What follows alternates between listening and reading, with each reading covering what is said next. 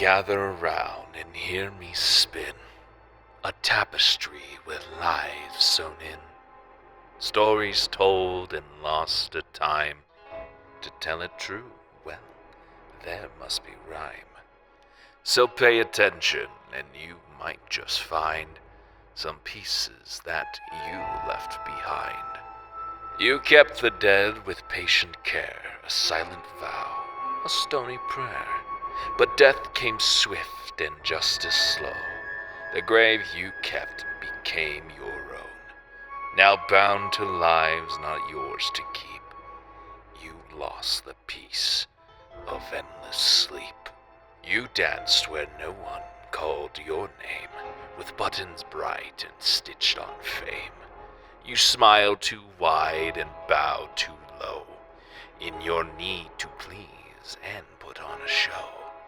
Succumbing to this land's true blight, you lost the left that made you right. Or perhaps you lost that flicker of life, a candle flicked by every strife. Your blood ran wrong and breath ran thin. You bargained with the flame within, a beast of fire side by side. You lost the chance to stay alive. You cast your line in waters deep, but hooked a thing not meant to sleep. It pulled you down, unraveled the thread that stitched the thoughts up in your head. Now every name feels strange and new. You lost the sense of being you. So if you wander past the known, or find a ticket on your own, then listen out for Fiddler's tune, and find it all 'neath the crooked moon.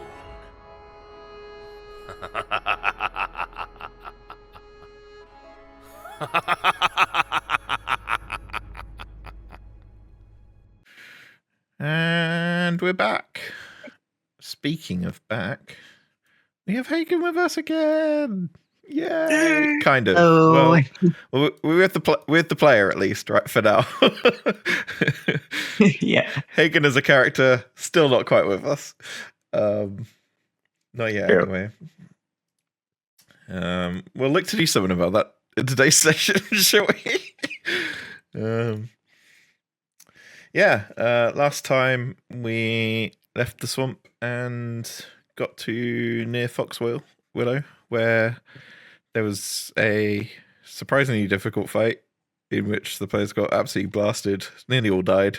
It was nearly my second TPK in as many weeks. That's on me. But the players then went back to a nearby farm they had seen and had found it abandoned, and decided to rest up and try and remove the exhaustion and demon blood that was splattered all over them, I guess. And we join us the next morning. From swamp and mire, the path was torn. A gambler fell, by none he was mourned. Through fields of rot, the shadows creep. This farmhouse gave one good night's sleep. Now crows take wing, and the harvest nears. A cage of amber binds with fears. The fields await, dark and vast. The harvest terror waits at last. We're going to start today's session with a thing we're going to start with a burial, because we realized that Garth was still inside a haversack. Handy sack? What's it called? Bindle. And so not wanting to leave his corpse in there any longer, once the exhaustion had worn off and the morning was bright again, There is food in the house if you want to eat that rather than your own rations. I'd like to look around the house and see if there's any maybe minor healing potions or maybe a first aid kit, anything that we could use further down the road. I was going to say exactly the same thing. I'd say there'd definitely be a medicine kit and like various toolkits if you need toolkits, like smithy tools or carpentry tools. This is kind of a self-sustained farm, family-run farm, so they kind of had bits of everything that you would need in life. I don't think they would have healing potions, as this sort of life doesn't tend to lead to lots of encounters with alchemists or anything. And generally wounds they would just sort of patch up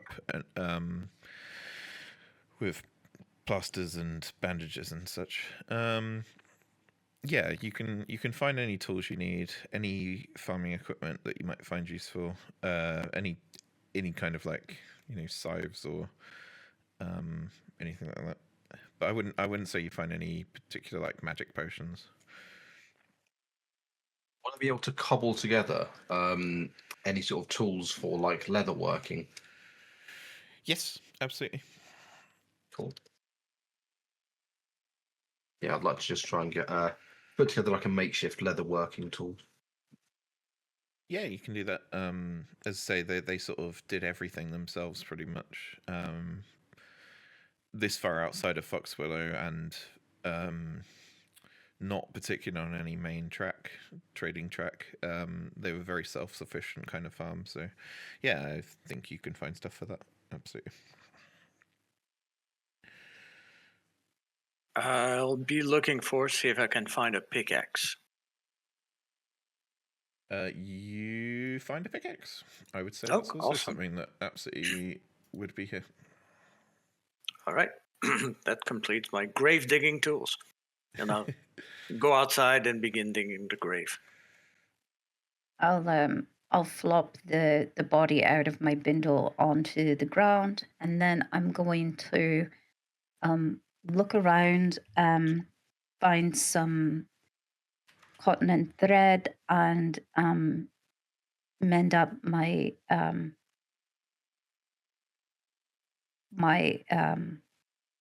bag of tricks. Yep. Just make sure it's in tip-top shape. Absolutely. Yep. None of this stuff particularly takes a long time. I would say digging a grave takes a long time, but if anyone can do it fast and efficiently, it's Nistix. So I wouldn't even say that takes more than half an hour for you, actually. Kind of superhumanly good at it, so I won't argue with that.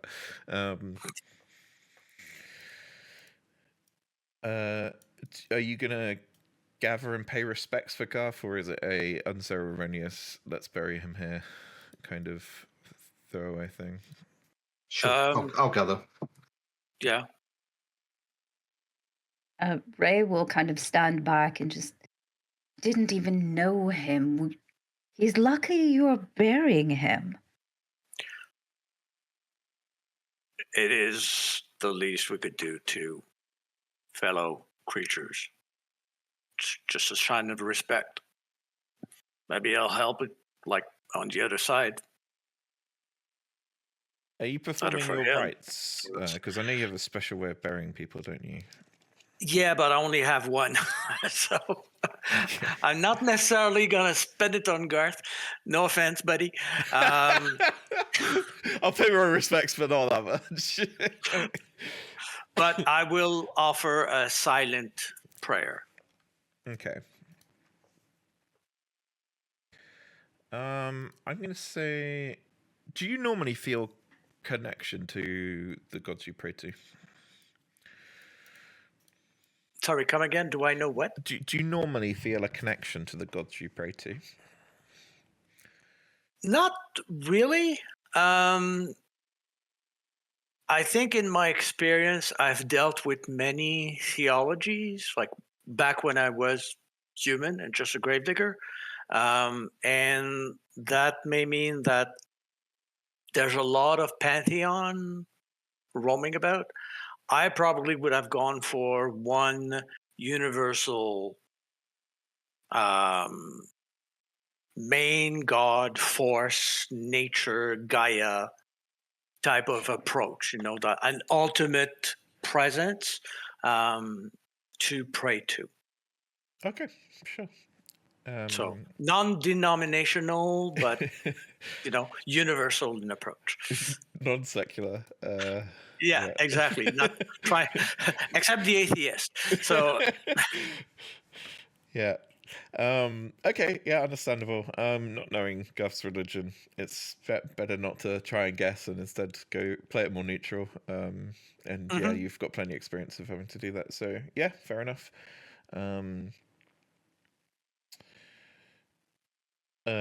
Do you join in the prayer? Like, do you say amen at the end, kind of equivalent? Or do you No, I just turn up and I'm just there for I'm just there to sort of yeah, sure. I'm paying my respects, but I'm not actually interested at all. Understandable. Okay. Okay, we'll leave that for now. Garth buried and somewhat respected. You are surprised at how efficiently this gargoyle-like man can dig and cover a grave, though. It's like Olympian level of just every single movement is incredibly efficient and deliberate, and the grave gets dug and covered remarkably fast. Years of practice. Yeah. Okay. What's the plan, peeps?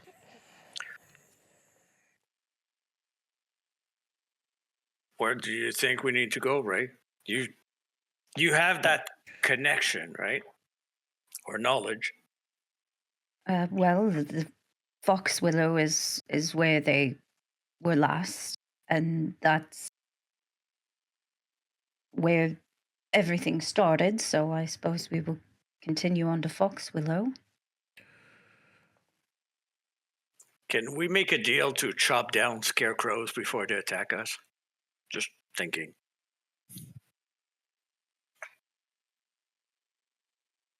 If they're not doing us any harm. Yeah, but I mean, if you want to chop things down, I'm not going to stop you. yeah, it just gives me the heebie-jeebies. I have a firebolt. I can just burn them from a distance. And at that point, a little fireball just starts burning in my hand. I slap Ending on the shoulder, but maybe a tad too hard.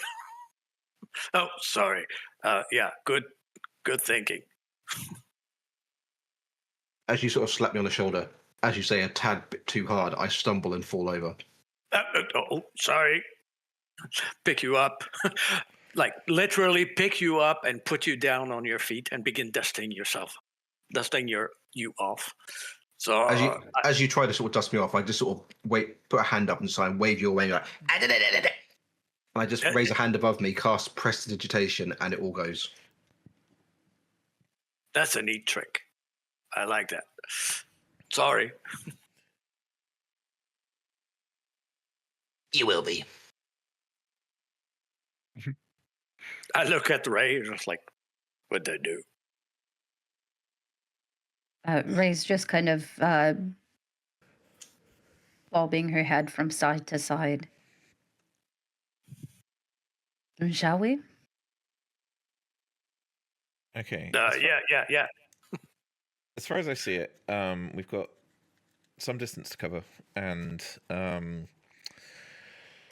I've got some tasks for you to complete. So you need to make your way to Foxwillow. While you're doing it, you can do these tasks. You can try and avoid the crows that fly above being seen by them. you can destroy scarecrows that you come across. And when you get to Foxwillow, you need to investigate about the special corn and find the special corn. So this is like 4 things that you need to do. So we're going to do this as a montage test, which is a thing that Drawsteel is introducing to. This is basically a shorthand way of doing something that could take a very long time and not be particularly fun to roleplay out necessarily. In this case, we're mostly doing it because Hagen is back, and I don't want the entire session to just be getting to Hagen for all of our sakes. So we're going to speed things along as interestingly as we can. So, for example, you could say, to avoid the sight of crows, I'm going to stick to the shadows and I'm going to use my stealth checks. You could say, I'm going to cast a spell that makes me stealthy. You could say, to destroy the scarecrows, I'm going to use fire bolt on all of them, or you could say I'm just going to run up to each one I see and swing a massive axe down on it.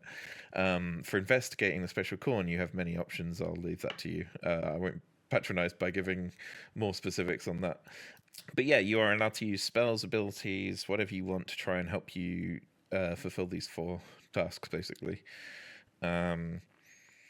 And I will present you with the relevant checks and present you with the relevant success or failure results as you do them.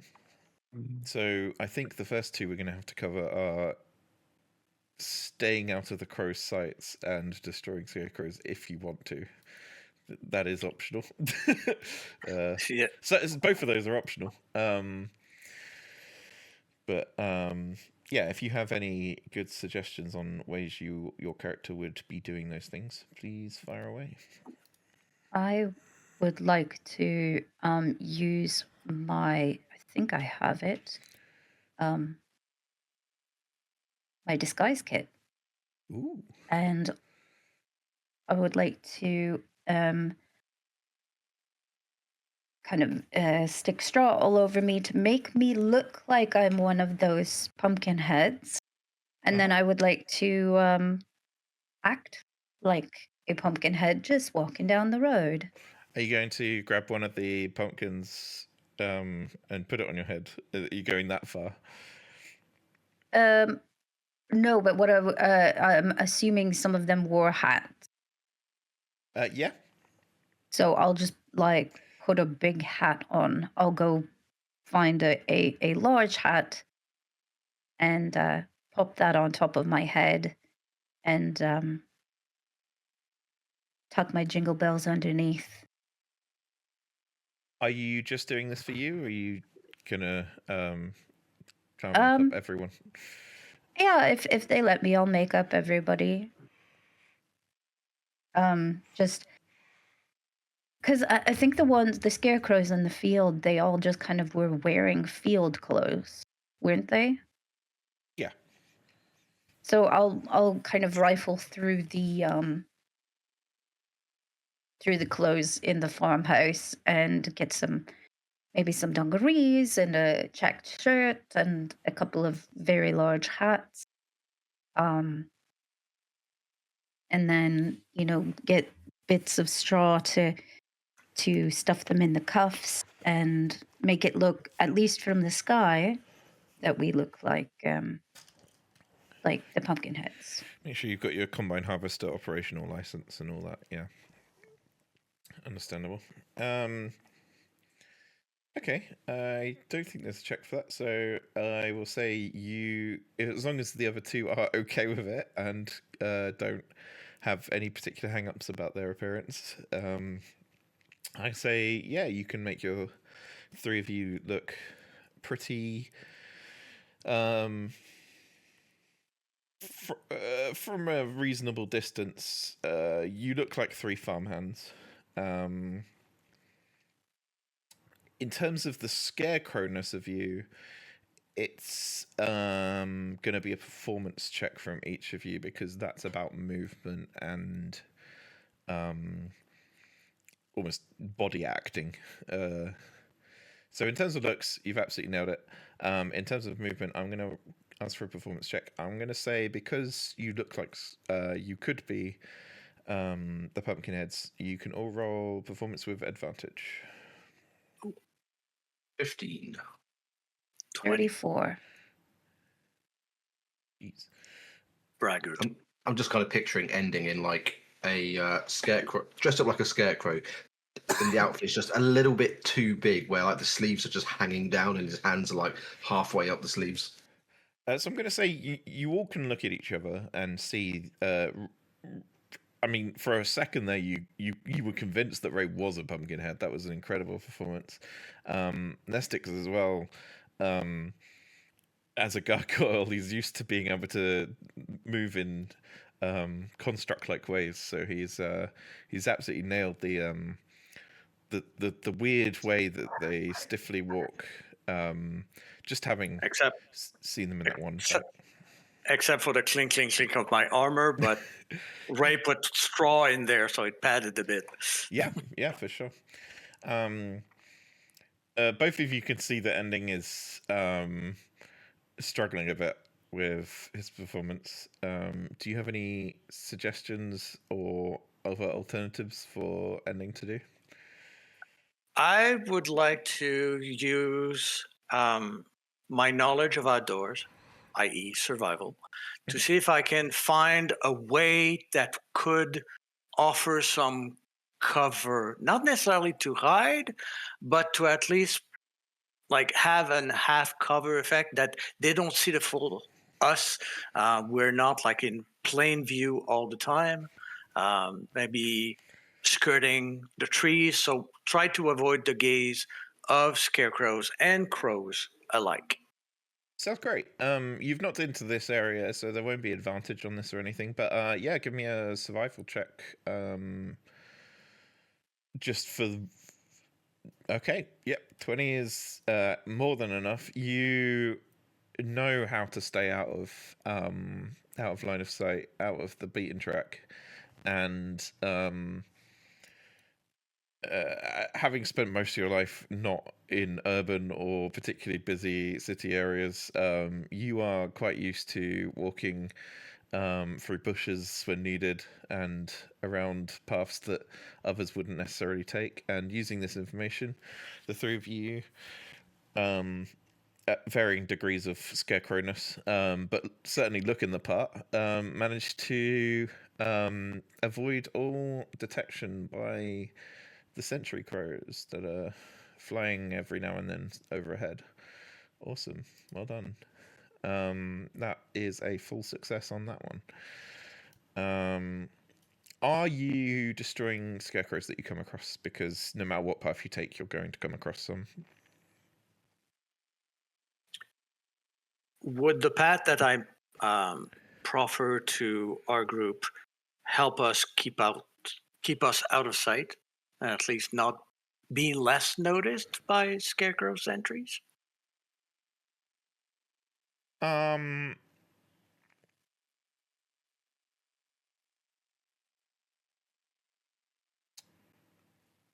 It's an interesting question. Here's the thing. There are no scarecrow sentries. All of the sentries is done by the crows. Okay. The scarecrows are the thing that happens when the alarm goes off from the crows. So if we avoid the crows, scarecrows should leave us alone. Yes. Is the theory. Okay. That's some out of game knowledge. I'm going to say you can roll a Perception? Yeah, from the fight that you had, you can roll a perception with advantage to see if your character picked up on that's how it worked. 16. Yeah, that's enough. So yeah, basically, when you were walking past that field, the scarecrows weren't doing anything. Nothing was happening, and then some crows cawed up overhead, landed in batches, and that's when the scarecrows attacked. Right. You theorize that that's it's the crows that signal whether something is an intruder or not, and so avoiding the scarecrows isn't important. Does that mean you do not want to destroy the scarecrows?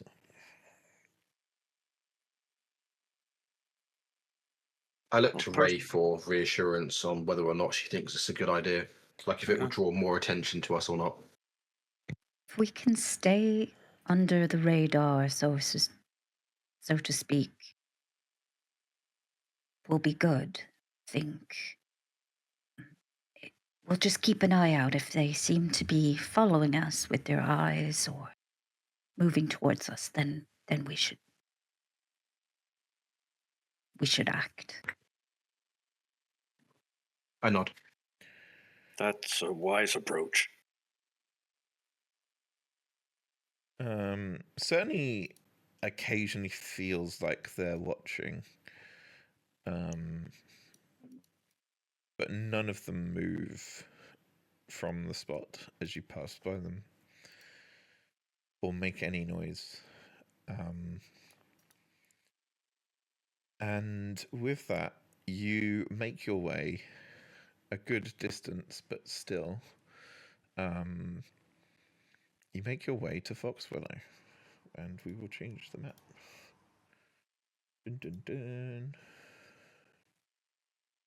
You are in the very bottom, slightly right. I need to move the stream's perspective. Give me a sec. So the next two checks are to find out, possibly from stuff that's in Foxwillow, what the special corn is, because from the vision, the person was able to leave the demon realm by holding corn and reciting something. Lyra suspects that not any corn will do, but something about the corn needs to be different. The information for this is in Foxwillow somewhere, but you will need to investigate to get it. That's one of the tasks, and then the other one is, once you've done that, actually finding the special corn. So we'll start with investigating. You can do this in various ways. You can do it methodically, going house to house. You can use a skill or a spell to help you. You can have an idea about where the information about this might be stored and posit that. It's up to you. Every now and then, a sort of you see a series of crows above, flying over Foxwillow, and have to act more like scarecrows or stay in the shadows. But given your previous roles, I'm going to keep them for this and say that you do that well enough that none of the crows that fly overhead actually catch you. Just sort of make it a slower process.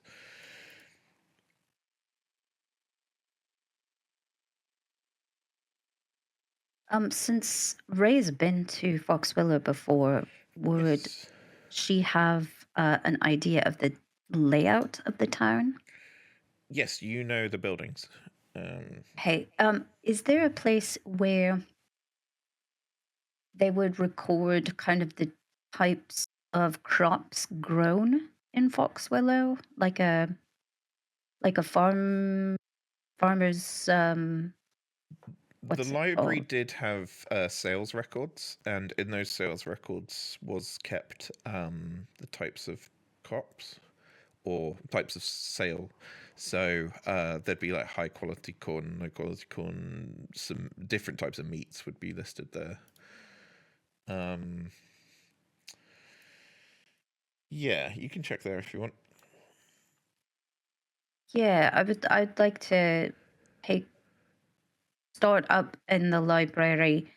Mainly, I'm kind of looking for. I'd like to try to remember what that corn looked like and see if there's almost like a farmer's almanac or like a seed catalog, something that or horticultural type catalog, something that I could try to match up what that memory is with maybe the name of the corn or the type of corn it is. It's mostly done on quality rather than types. Sorry, yeah. So looking through it, you find Lots of documents. Very boring to read. Pretty much mostly sales receipts or stock intakes. The only thing that really stands out is the date that it all ended, like the last receipt you find. Is not to Wickamore like most of them were, but actually to the butcher's shop in Foxwidow. Some corn was sold there as a way of making, you presume, as a way of making bread-based meat beverages like sausage rolls, I guess. So the very last sale was to the butchers in Foxwidow. I'll show it to Nestix and ending.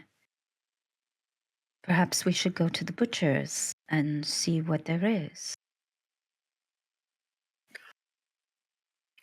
If you think I can help, I can get my horse because it goes so much faster. And with Grim, I could make a round around the village and see if I notice anything odd, and then report back at the butcher shop. Do you think that will help? I worry that if you call Grim, as fantastical as he is, that might look odd to any crows above. You have a point. But Also, that is a really good idea of going around in a circle. And what I'll do is I'll go to the front of the library where we are, and I'll point out some areas of interest, but I will point out the general store. And the general store is. I'll quickly ping him as you mentioned. Yep. And I'll just point out, if you go around, but especially have a look in the general store, see if by any chance there's any healing potions. That might be helpful. And Sure. I'll go to the butcher's. Ending. Do you want to go with Nestix or? I mean, I was just gonna say safety in numbers, because I don't know about you guys, but I'm still kind of sore from yesterday. Fair enough.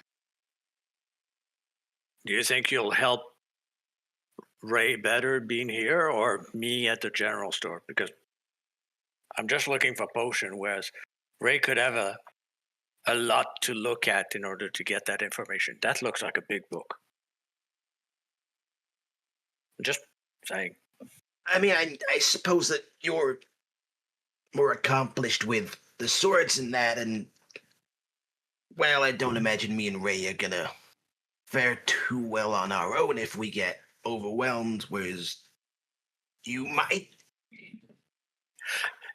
You threaten me with fire. I think you'd be fine, but it's your choice. I appreciate your company, and I'm sure Ray appreciates yours. So it's just however you want to play this. It's your choice. I look back and forth between Nestix and Ray before I say, Sure, I'll go with you, Ray. All right. Okay, we meet back at the butcher shop. Yes, and I'll point out where the butcher shop is. Yeah, that one. Okay. What I'd like to do is kind of pat Nestix on the shoulder, and I will cast guidance for him on his investigation. Good choice. And I'll just say, keep your eyes open. I intend to, otherwise I think I'll go in the well. See you soon. Okay, we'll follow Nestix first then. Haunted town, let's separate. Estic, as you enter this building, the main thing that you notice is that it's half burnt down. This is old wound at this point. The various planks that have charcoaled off, very much buried in the mud at this point. So it's pretty much like this corner that is almost completely missing. So there's not even really a front door. But as you walk in, the goods that remain are sparse. There is some what would it be? Actually, I need help on this one. What's like a food that would sit on a shelf and keep for a long time in this period? Flour? A jar of peaches. Honey? Honey's a great shout. There's a section of jams and honeys and stuff like that that remains. And there is a back room that is still locked, but it does look like it's behind quite a flimsy door. I'll try to break through safely and quietly, as quietly as I can. All right, it's not going to be a difficult check, but do a strength and a stealth check. Plain strength, or do you want athletics? Athletics is fine, yeah. Okay. So athletics, it's an 11.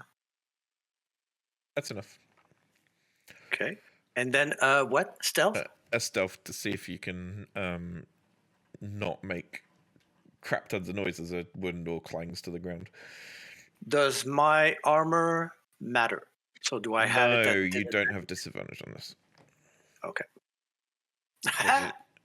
Oh, nice. Wow, with the nat 20s today, dude.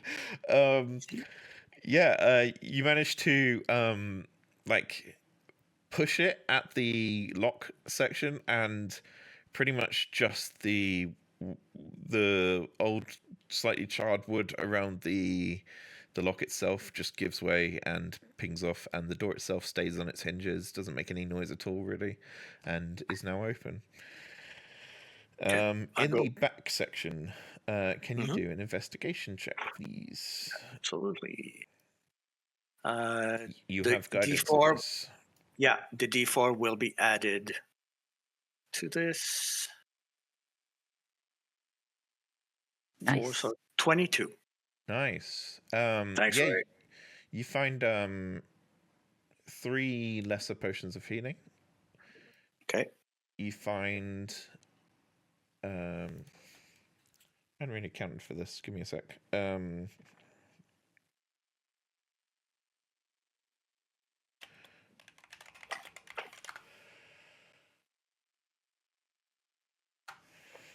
Underestimated my players once again.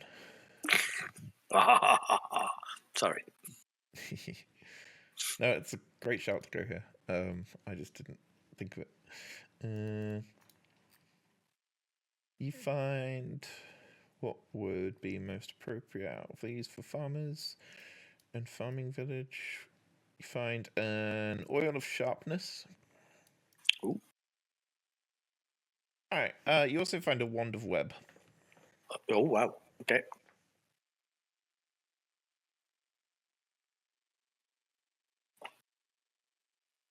I'll take all of that, plus the jams and the honey. Okay, yeah. And there's a bunch of useless stuff as well, which we won't need to go over. Okay, cool. Cutting back to the butcher's shop then.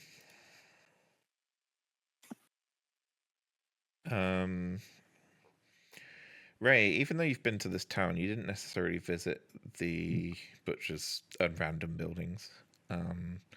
You sort of were trying to stay stealthy, see if anyone was still alive, and didn't get a response. Couldn't find a way into the cornfields and then left. So you didn't necessarily do a thorough search of this town, but for some reason this building feels familiar.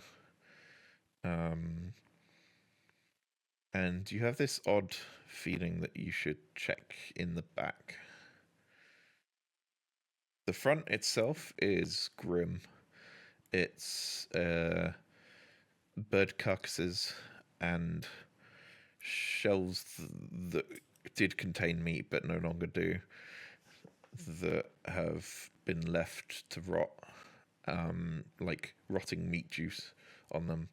And so the smell of this place is not great. The bird carcasses have been left as well, so it's not the nicest of buildings to walk into. I don't know if you have a sense of smell, but if you do, it's an unfortunate time for it. And yeah, for some reason though, you kind of remember this building. I'll push towards the back.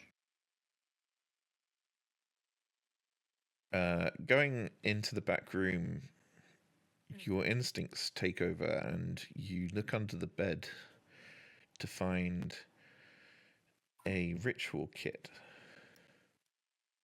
that has been half used. In it is I can't remember what I said last time, and I improved it, so that's really awkward. It was something like a dead rat, a piece of corn, and something else that was ritualistic and interesting, amongst a symbol of blood that has been drawn on the floor. Oh, probably candles. There would be candles. Not lit candles, obviously. Interesting. I'm gonna have a look at this piece of corn. Does this look like the corn from the vision? As much as any other corn. The only thing special about it is it's just a single piece in pristine condition by itself on a ritual tray. You can do an investigation check if you want, or a religion check to see if it's something about the rituals changed it in any way. Could I investigate and could I guide myself? Sure.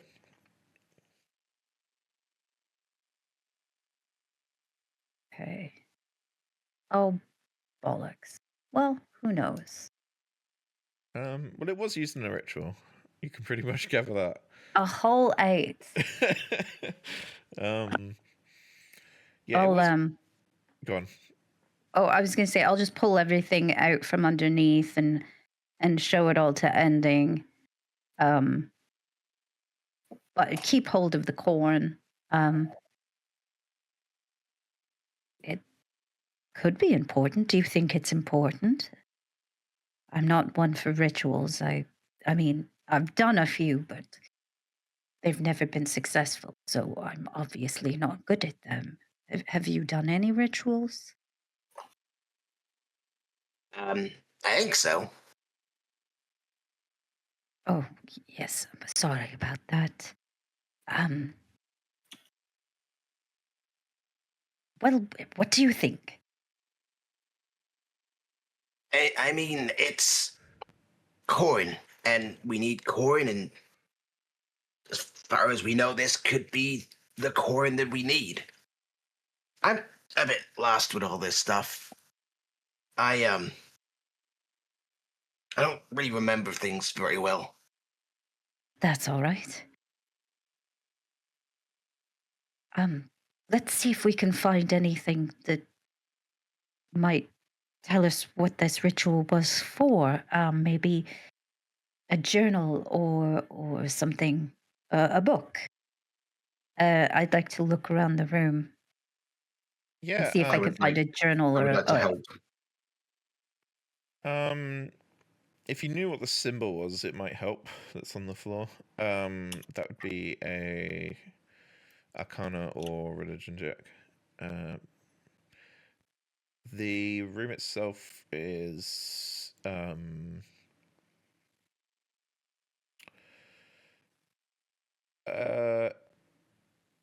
Pretty sparse. There's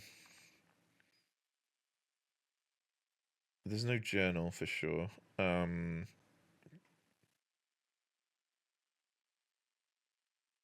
There would be a half-written follow-up letter of complaint, saying, "Dear Mayor, once again Williams shorted me and charged more. If this persists, I'm going to have to take the sausage rolls off the menu, and I know they're your favorite. Tell Jonah to tell William to keep prices fair to those in Foxwillow," and then sign Jonah at the bottom. This is with lots of scribbled out, crossed out bits. This looks like almost like a failed attempt at a letter that never got sent or was never happy with it. How incredibly petty. Could I, with ending's help, could I move the bed and have a good, and then stand on it and look down at the symbol? Just to have a good view of it in order to see if I recognize it.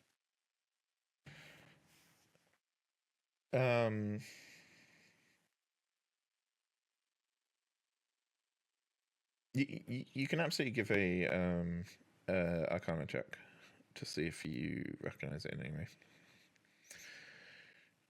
Okay, 21.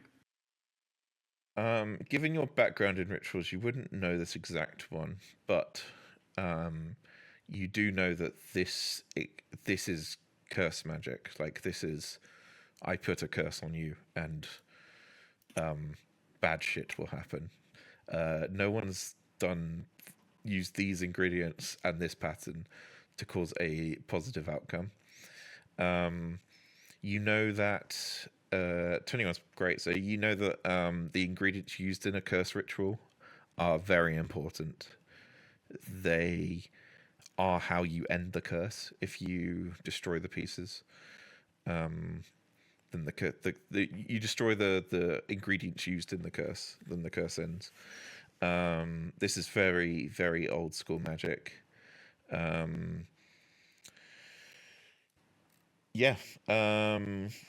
This is the sort of stuff you had to learn about when you got desperate and went to that gravesite.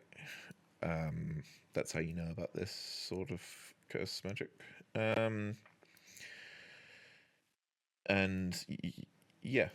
This is the sort of thing you would hope no one ever does against you, because it will rot away in the background and you'll never know who did it. Ending. There is a curse that has taken place, and these are the ingredients: the rat and the corn, and if we destroy them, it gets rid of the curse. So maybe we could at least keep these, and if it's not what we need, then maybe later we can lift the curse anyway. That is not a bad idea. I mean, if you put them in your bindle, then, at least we've got a fail-safe. Excellent idea. I'll put them in my bindle. What I know of curses, the ingredients, the fact that corn is one, and the rat is the other. I'm guessing that it's some sort of Oh shit! No, there is actually a really important ingredient. I'm glad you were going down that route. Sorry, there is one other thing under the bed that's really important. It's a sheep's head. a sheep's head. Yep. like a Decapitated head of a sheep. skin and eyeballs and stuff, or just the bones? Skull. Skin and eyeballs and stuff. It is also preserved in a unnaturally preserved. It is not rotten.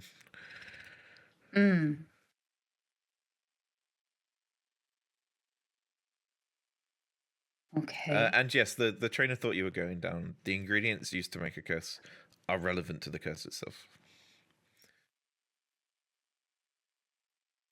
So what it kind of looks like is that...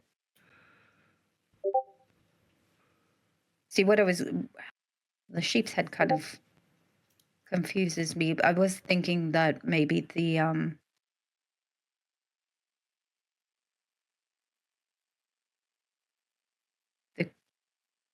corn is like, the rat is meant to be kind of like a poison or a blight on the corn, but I'm not sure about the sheep's head. Maybe tying something to the butcher?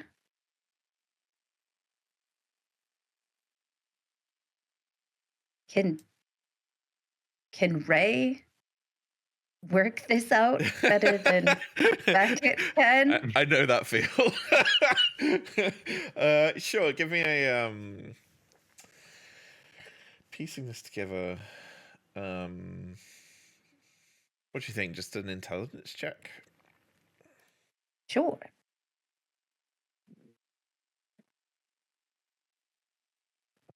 Oh, 21. Nice. Yeah, so you are so close. You're right, the rat represents rot. And decay, and generally like plague and famine sort of thing. The corn and the sheep head, Ray figures, is the things that are being affected: livestock and crops. Okay.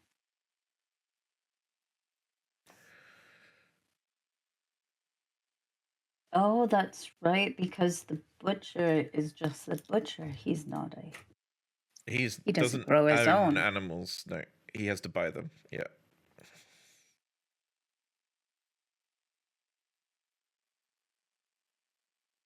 As I piece it together, I'm just going to kind of talk to myself, but out loud, so that Ending can hear it, but I'm not actually talking to Ending. I'm just kind of like working it out in my head.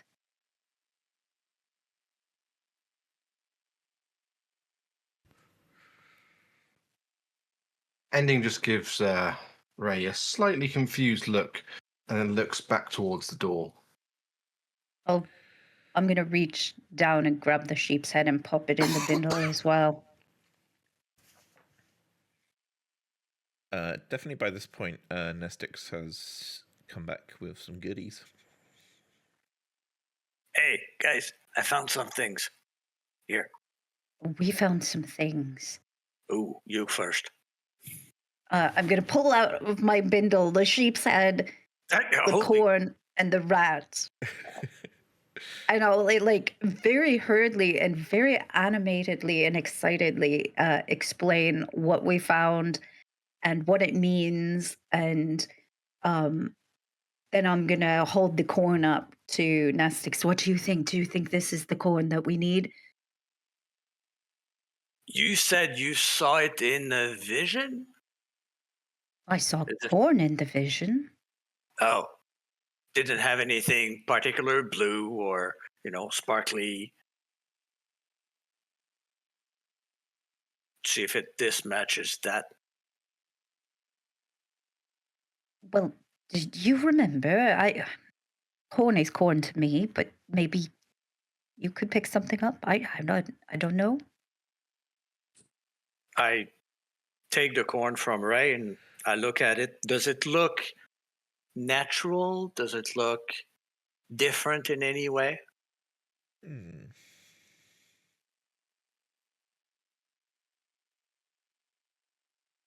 Not to you, no.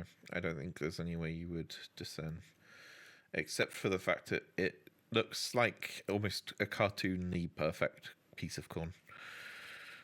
In the same way that the sheep's head that Ray's holding is like unnaturally preserved, so is this corn piece. Do you mind putting that away? Point to the sheep's head. Of course, I'll put it. I'll put Thanks. it away. I'm gonna kind of pat Nesteg's arm again and cast guidance and just say, think back on what it looked like. Maybe your memory is better than mine. I'm going to save you some time. The vision was abstract. It was not it was not that. All right. Yeah, it wasn't one-to-one.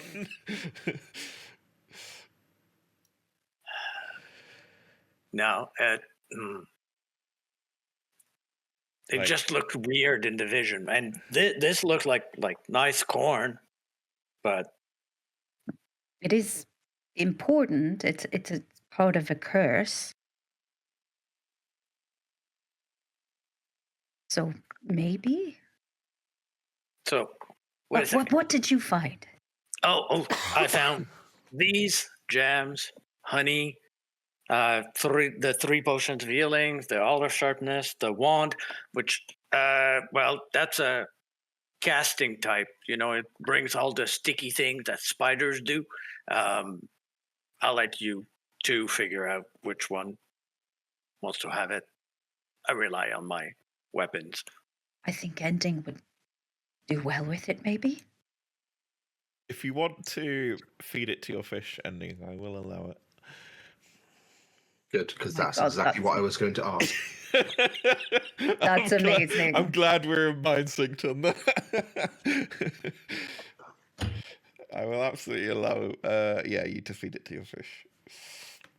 I would like to do that. Your fish now has the properties of a wand of web. Nice. Awesome. So 3 potions of healing. I figure like 1 each, right? That sounds amazing. And this apparently the way I see this, right? He turns the bottle almost upside down, almost trying to read, but it's viscous and looks like an oil, and it feels like it could help a weapon. But I don't know about you guys, but I think don't use weapons usually. Yeah, I think that's more my domain. So if you're okay with that, I think it's labeled as sharpener. I don't think they would keep it unlabeled because it's meant to be a practical, like farmer's tool gets blunt, use it to help sharpen it. So it's very practically minded around here. It's not for combat, but it's used for tool sharpening kind of thing. So I think it would be labeled sharpener. Sorry, I'm going to add and fly into the ointment.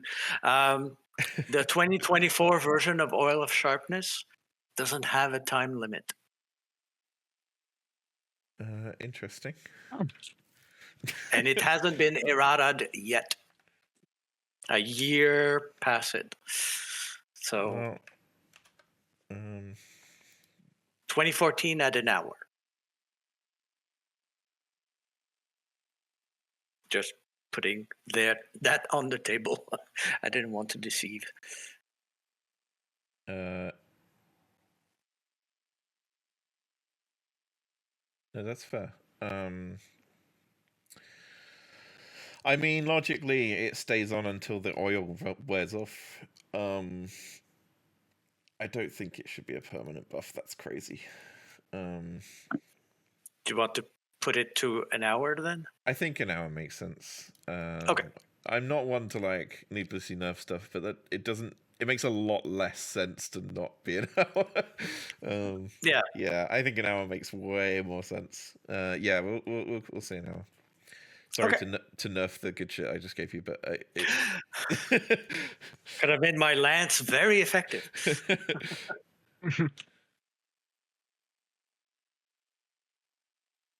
Okay. And potion of healing. Oh yeah, and jams and oil. So nothing. Honey. So I think we can have like a feast. By default, is it one use only, an oil of sharpness? Sorry, run that by me again. By default, is it one use only, an oil of sharpness? Yes. I'll say, to balance out the fact that I just balanced out your item, I will give you 3 charges of it. Because okay. I can code imagined 3 weapon or. I imagined them having quite a lot of it to put on tools around the farms. Okay. So, one use of it feels too little. Yeah. You can count that as having 3 oils of sharpness if you want, or 1 oil of sharpness that has 3 uses. I don't know. Either way, it's whatever. And each one is an hour limit. Yes. You got it. I think that's a good compromise. Yeah. Because that's how I pitched it. It was multi-use, like they'd use it whenever a tool needed it. But yeah. Okay. Mm-hmm. Okay. Cool. Okay. Do we remember what we're doing with the corn? Out of character, that was part of your ritual, Ray, wasn't it? To bring your other half? Wasn't it? The corn? No. Yeah. No? Was not to open a gate or something? I mean, I don't remember corn being part of the ritual, but I know that we have to burn the corn in order to get out of the. Okay, so I'll remind you what Lyris said, because I just sort of very casually in character said it at the end of last session. So your characters are more likely to remember than you as people. That's fair. Lyris said that the corn ritual is how to get in and out of the demon's realm. Like in the vision, it just got you out, but in theory, it's the same to get in, and that it wasn't so much about lighting the corn; it was more about playing the song that tied to the demon. Okay. Because the person was singing it, and then the corn in their hands lit on fire in the vision. Okay. The fire might have been metaphorical, but the song. Well, the song represents having something personal to the demon. So having a special piece of corn, something personal to the demon, and combining those 2 things was how you got in theory, how you get in and out of the demon realm. For you, that's there's likely the song, yeah. There's one way for us to test if this is the correct piece of corn. We can go to the edge of the field, and I can play the song if one of you holds the corn, and if we get in, we get in. And if not, we can still look further for the right piece of corn.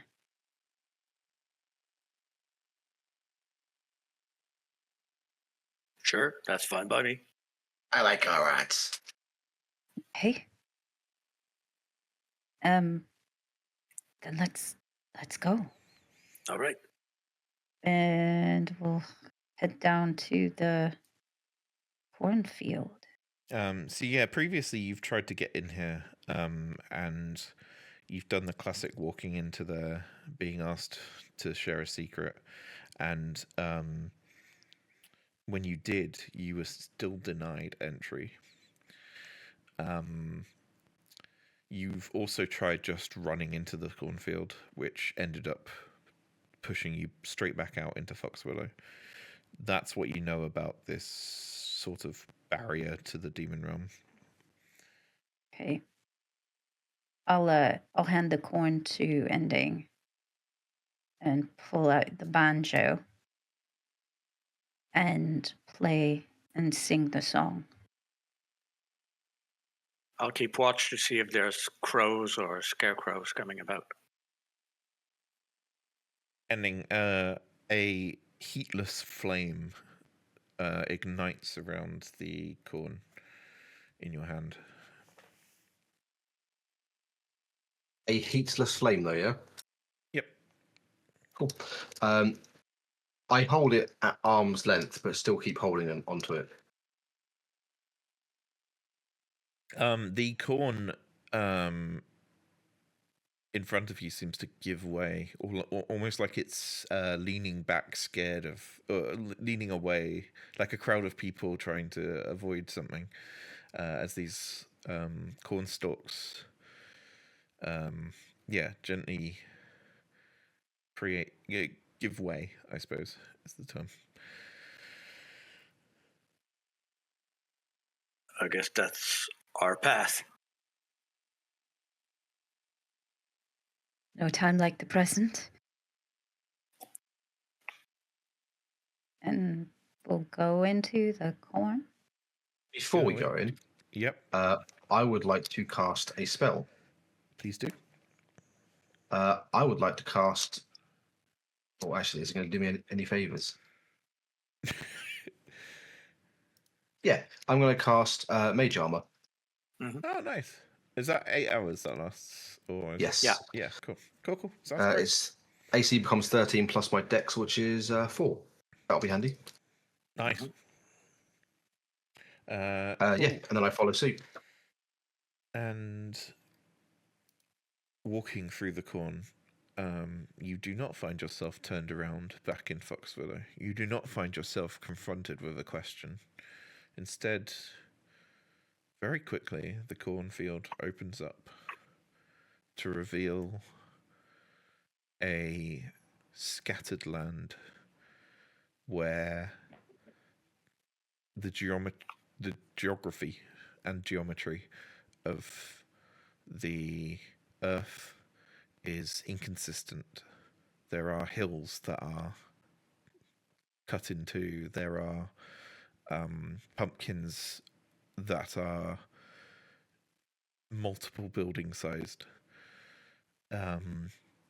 Above you, almost intangibly high, there is a layer of crows covering the sky, making it dark. The only light around you, this very pale light coming from the bright piece of corn that Ending is holding. There does not appear to be any scarecrows or demons around, and in front of you, about 300 feet away, is a large bone and amber bird cage. And by large, I mean it would be 10 stories tall, sticking out of the ground.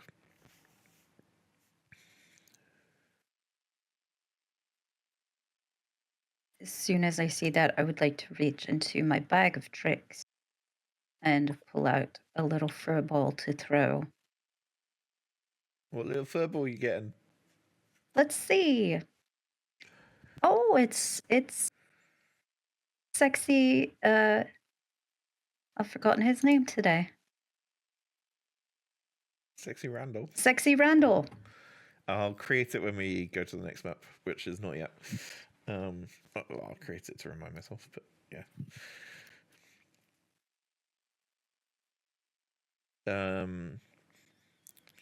Brilliantly, this almost glowing stag, massive stag, appears in front of you. Inspirational in its natural element and how it seems to be so comfortable despite the visage of the land being so horrific.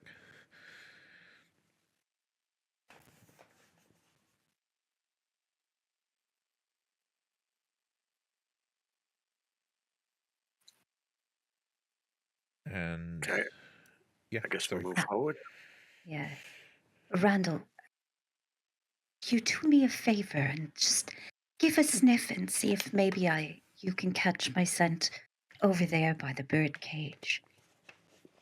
And I want to see if Randall can smell. 300 feet's a bit too far for any animal. Well, yeah, I mean, going kind of as we get closer.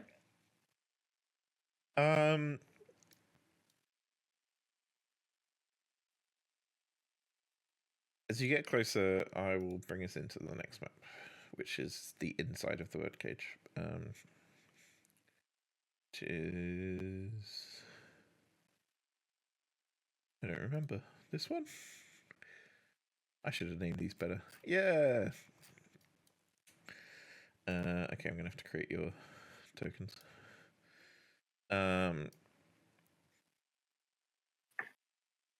Randall does indicate that your scent is also coming from inside the birdcage when you're on the outside, but you can also see into it. It's not got thick, solid walls. It's bars and pillars of basically bone. And inside you can see these large cocoons that remind you of the vision.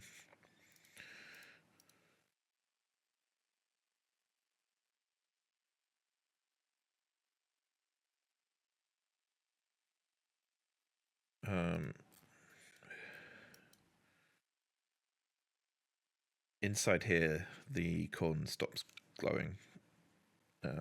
It was glowing even after you stopped playing the song, but at this point it stops. The inside of this cage, a bird cage, is gross. Its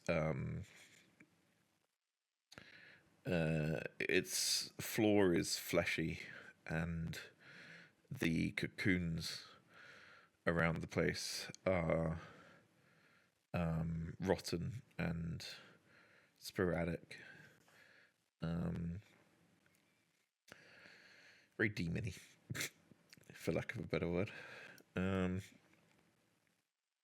Yeah, what do you want to do? I'll take the corn from Ending and put it back in the bindle to keep it safe.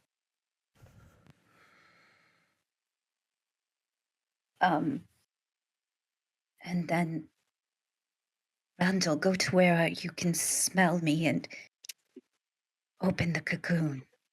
I was going to ask, would I be able to use Endless Hunger? It says once per short or long rest. I know the location of any creatures that aren't constructs or undead within 60 feet. I don't know if that would be relevant to finding anybody else in here at all.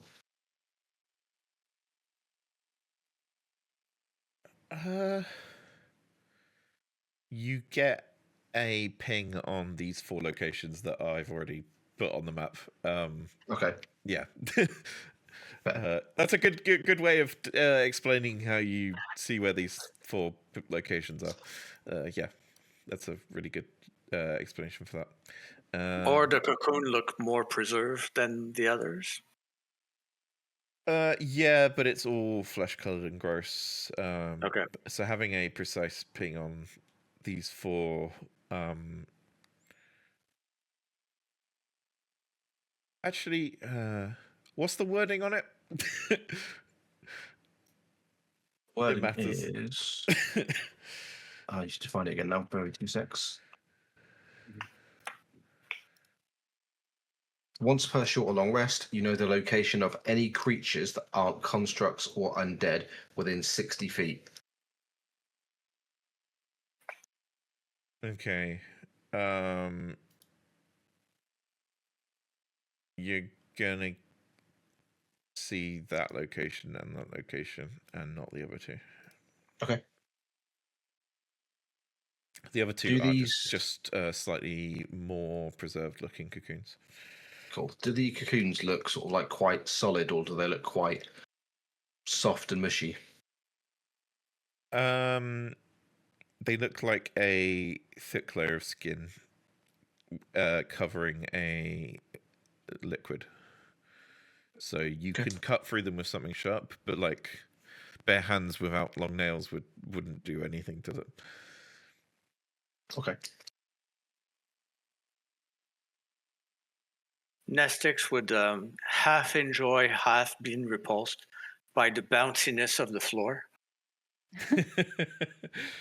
Half caught between trying to use it as a trampoline, the other half going, ugh, this feels weird. And I'll follow Randall wherever they go in order to offer blade to whatever they're going to try to tackle. Sure. I think Randall very, very carefully, because he's quite a smart beast, very carefully gets one sharp bit of an antler in the corner of the cocoon and raises his head slightly, spilling liquid out onto the ground. Ooh. And with that, then wakes up, spluttering and drenched, half out of the cocoon, but because of the surgical precision of the cut, still sort of needs to push themselves out. I'll help them out and up. I'll help you. And as you go to do that, you hear the flapping of wings from above as the door to this birdcage flies open, and perched on top of the flat bit at the bottom of the door, a giant demon bird realm is there. And with that, we will go to a break. Hey. Dun dun dun. Dun dun dun! Yay, tension. All right. Yeah, we'll have a nice little break. Go do everything you need to do. We'll come back and see if Ram's just a lovely little fella who wants to chat. It's totally possible, right? I'm sure. Of course. What's tea and crumpet? Hey, I got honey. I got jam. Yeah, biscuits. See you in a bit. All right. All right. And we're back. And Realm takes a sort of hovered leap down onto the fleshy ground. And unfortunately, I can't do his voice today because my throat is screwed. But he lets out a cry and says,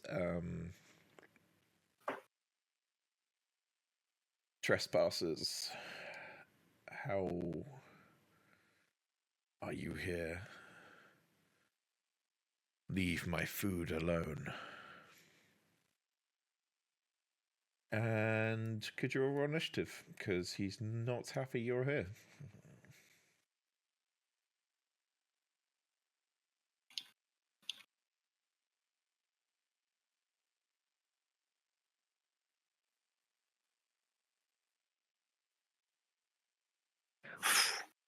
Wow.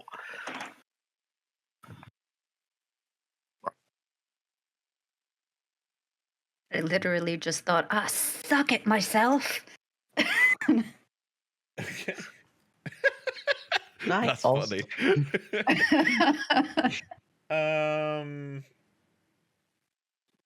No, not Also, yet. You can roll initiative when you're involved. that's fair. yeah. I like just ask before. Ray, you're up. You respond immediately to this demon jumping down, knowing full well that it's not here to be friendly. Okay. And it's just him, or does he have Just a crows around him? Just him.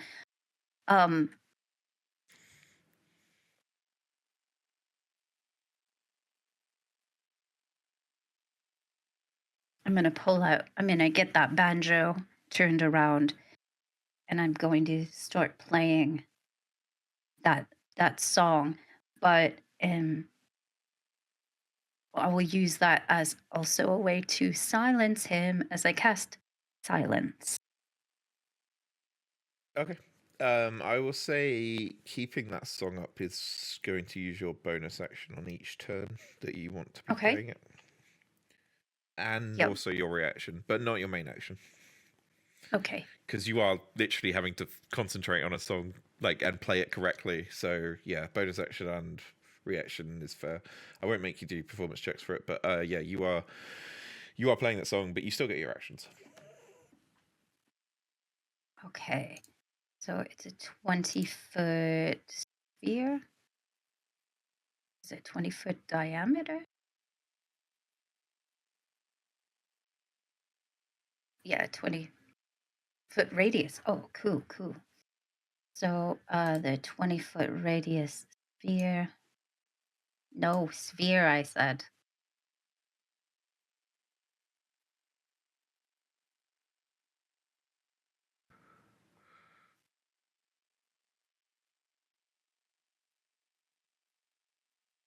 I'm going to pop it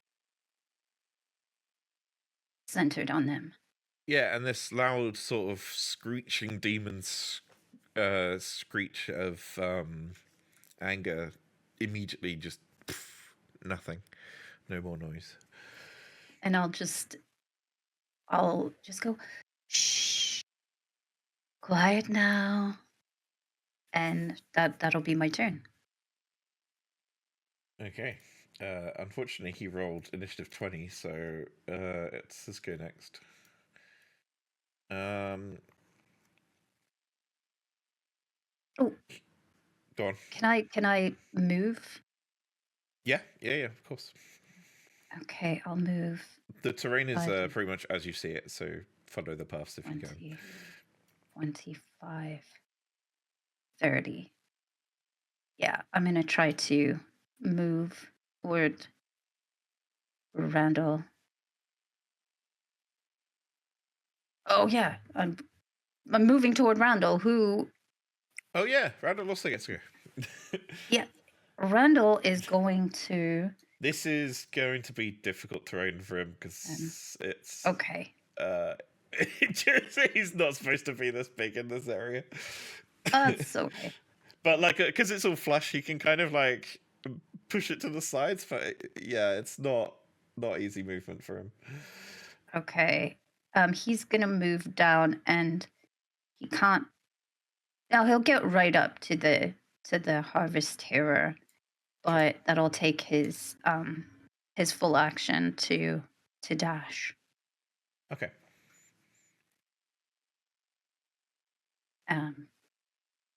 And there we go.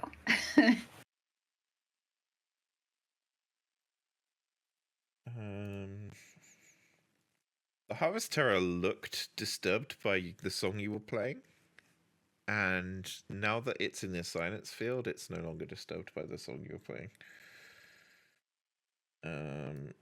It is going to come around here. And with a slash of its scythe, it's going to cut open a cocoon, out of which a very dead body of Felix will drop. And with his other arm, the Harvest Terror will reach out and grab the skull of Felix, lift him up, and you see dark swirls coming from the Harvest Terror's arm and into Felix, who is no longer the bright, glowing skeleton he once was, but is now encased in swirling blackness, with pitch black eyes and a slight glowing black aura. As he is reanimated under the Harvest Terror's control. That is all the Harvest Terror can do for now. I need to do initiative differently, but basically, because Felix is his minion, he's going to take his turn straight away after the Harvest Terror. And he is going to... This animated, stilted version of Felix is going to grab the longsword off the ground, take one long, almost marionette-like swing around and around, and swing into Sexy Randall. Oh, sexy Randall. And miss. Or get blocked by Sexy Randall's antlers, more appropriately. That is all Felix is going to do.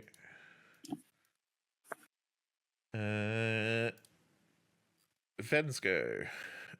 We discussed off stream a little bit. It makes the most sense for Ven to go around trying to free their friends from cocoons. Ven will flip flop out and just make as much of a beeline as possible. You did see this happen to Felix, by the way, from where you are, just about.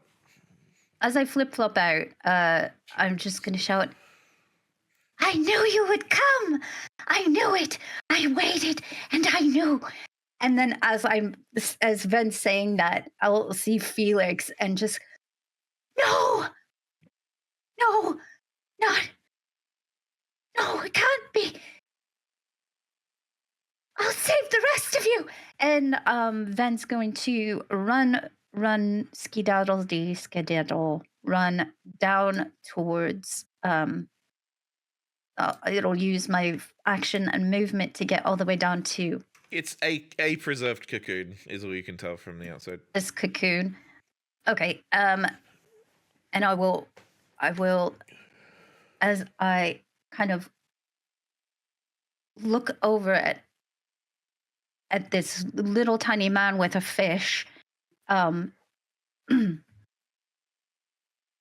will just look at him and give a little whistle and say, "I hope you're here to help." And I will whistle. I'll give a bardic inspiration to ending, which is a D8.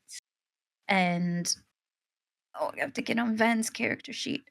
Oh my goodness.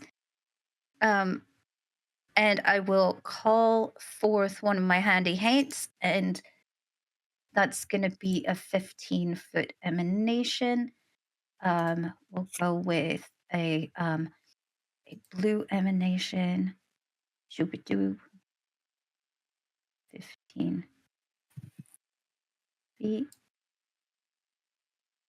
from ending? And the who may I call forth? I'm going to have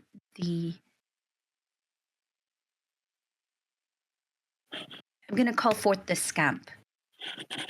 So the scamp is with ending. So this little tiny happy kid just appears next to ending and, "Well, hey there," and gives a high five to ending. And that's all that Ven can do for now. Hang on, because I might have legendary actions.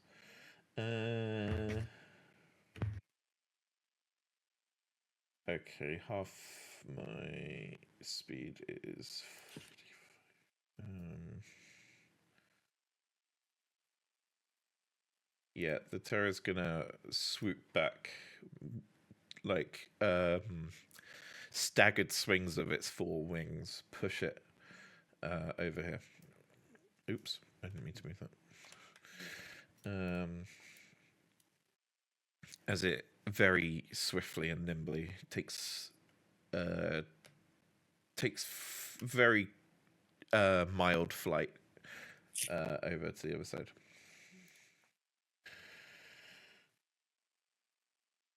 Is that Ven's go ended? Because that was supposed to be at the end of Ven's go. Yeah, that is. I just wanted to point out that Ray is still playing that tune, Yes, so I the am Harvest aware. Terror. I am aware. Yeah, suck Yeah. it, Harvest Terror. Okay. That doesn't affect it. Not on its turn though, but yeah, that will affect it on its next turn. Yeah. Cool. Ending is confused by the fact that there are now 2 Rays and a small child. He does a double take as Ben shouts to him and just looks back at Ray. Since when were there 2 of you? And as the kid goes to high five him, he sort of like goes to high five the hand that the fish is in. And although it just sort of slaps the fish, he just slowly pulls the fish away and goes, Okay then. and turns to focus on Felix. I would like to use my innate sorcery. That will last for a minute. And then I'm going to use Blood Bolt on Felix. Yep. Cool, I get to do that with advantage, thank God. Cool, that's a 24. And I'm also going to use my Bloodwell as well. And additional damage. Sorry, I haven't done their holes properly. Give me a sec. That's all right. That was how much damage? A grand total of 8. Okie dokie.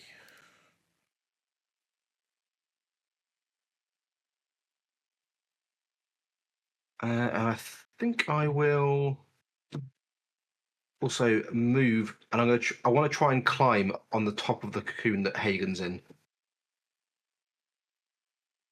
Because you have the scamp with you, your speed increases by 10 feet. And I Nice. think with that much speed, you can do it if you use Yeah, all your cool. movement to do that. Yeah. Yeah, I'm fine with that. I'm just going to run up there. So I've got a bit. How high up am I roughly? About 10 foot. Cool, that'll do Maybe me. less. Yeah, that's my turn.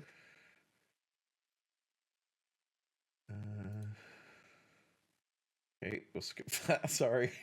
Let's fix you up.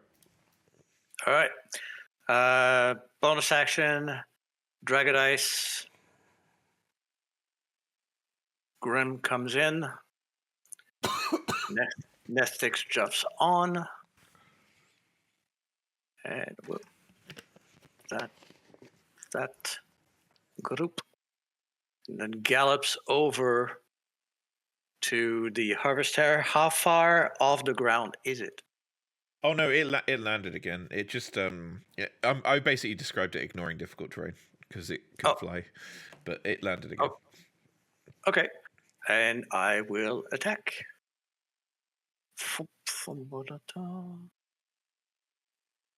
With the great sword. Well, that was almost a nat 20. 10, I gather not. Sorry, I'm moving the stream's camera because it was only showing half the battlefield. 10 does not hit. Okay, second attack. 23. That will hit. For 14 points of damage. Nice. Action surge.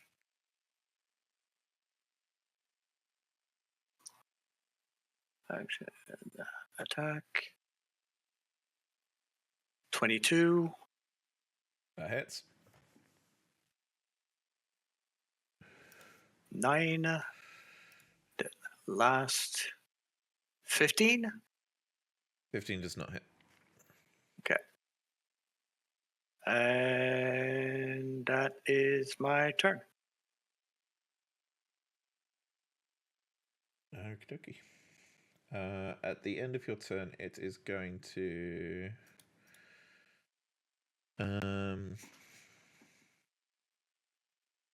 try and eat one of your secrets, Nestix. Can you roll a wisdom saving throw, please? Oof, not the greatest, but 17. Okay, that's a pass.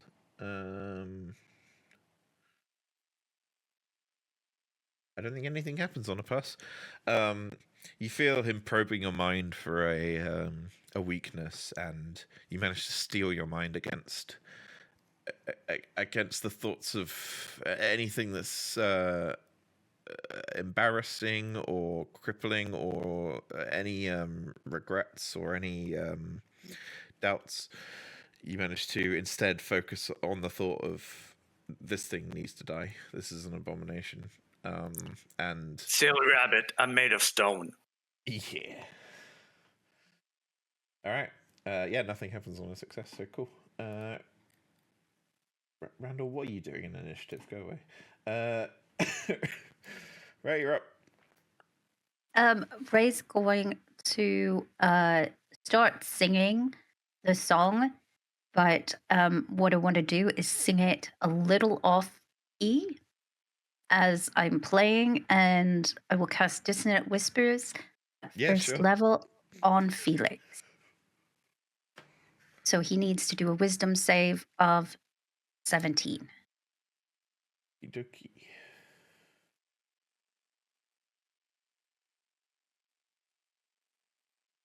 Got 22. Can you see that when I roll that? Does that roll at 20? No. No. Oh, that's a shame. I think because it's a retired character, it doesn't count as in the campaign anymore. Okay. It's fine. I'll just tell you what I roll. 22. Okay, so he takes half of this. So I can't think straight. 4. Yeah, 4. So that, and I will continue to play. Yeah. Noted. And then Sexy Randall. Can he do it? You do it, Sexy Randall? Yes, you can. He's going to go straight towards the Harvest Terror. And he's going to ram attack. Nice. Oh, and he only has to be within 10 feet. But he's a deer, not a ram. I mean, he's a boy. So he kind of is a ram. No, it's a stupid thing. Okay. Okay, so. All right, so 21 to hit. That hits. Okay, and 2d6 plus 4 bludgeoning. So 2d6.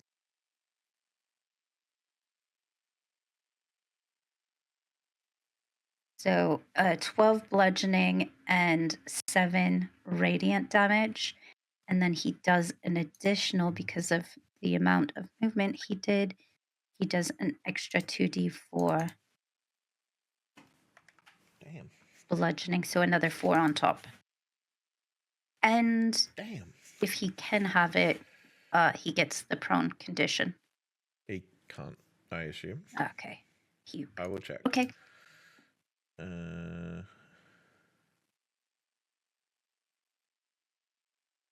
He can. Yep, he's prone. Excellent. Well done, Randall.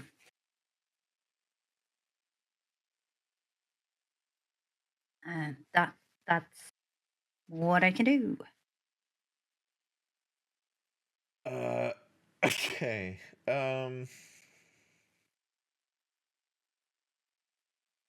I think he's going to burn a legendary resistance to ignore the song this time.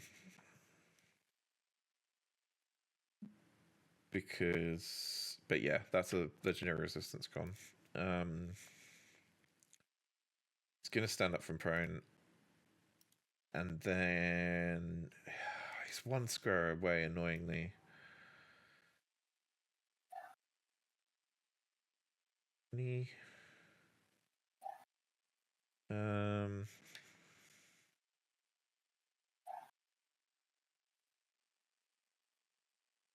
Okay, he's going to do Dirge of Secret. So each creature within 30 foot emanation, which is just Nestix and Randall, Can you do a wisdom saving throw? Randall's in silence. Does that change anything? A dirge is a song, isn't it? Yes. Then yes, he is immune to it. In that case, actually, yeah, I've committed. It's fine. Hopefully, Nestix fails. Is that a total of 11? That's Yeah. That is a failure. Mm-hmm. You will take 2d10 psychic damage.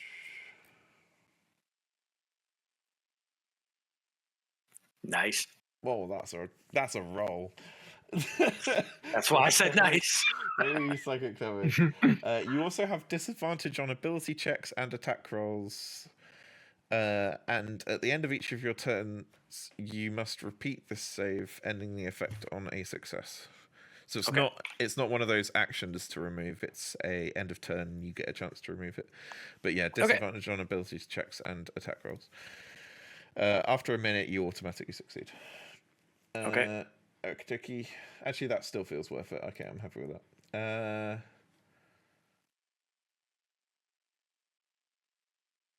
Yeah, that's fine. Oh, and then sorry, going back, it's Felix's turn. Felix is going to... Well, it's not really Felix, it's... Realm is going to control Felix to walk up to Ray and attack.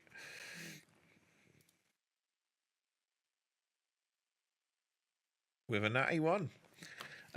This marionette's sort of grip on his longsword is not very solid, and this very slow swing comes at you and is very easy to sidestep and avoid. Did I say the result? I got a nat 1. Yeah.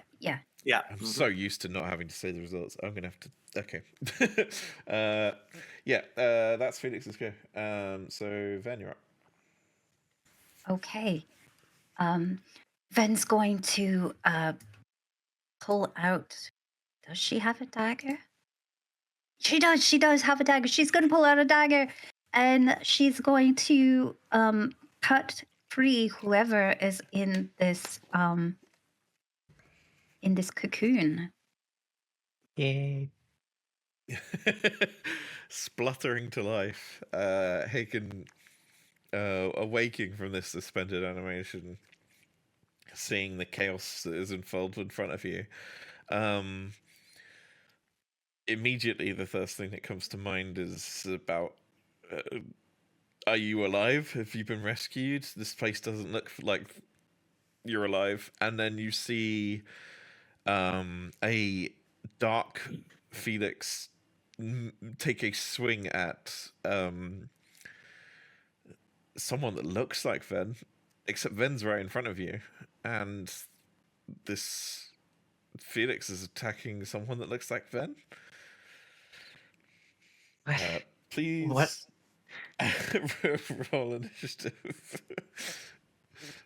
Well, they're in the initiative order already, though. Oh, but they didn't roll for that. I think it automatically does everyone that doesn't roll. Okay. You need me to roll? Because I can roll.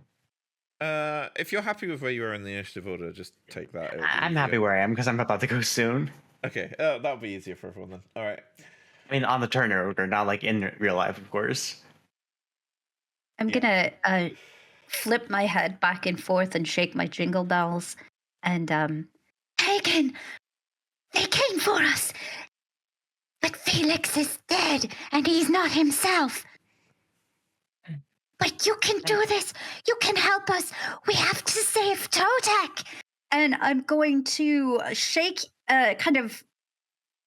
Hagen to wake him up a little bit, and as I'm doing so, give him some bardic inspiration. So, Hagen, you've got a D8. Oh, nice. What? Ven? Where? What? Up? Am I? What is going on? Pull yourself together. We don't have time.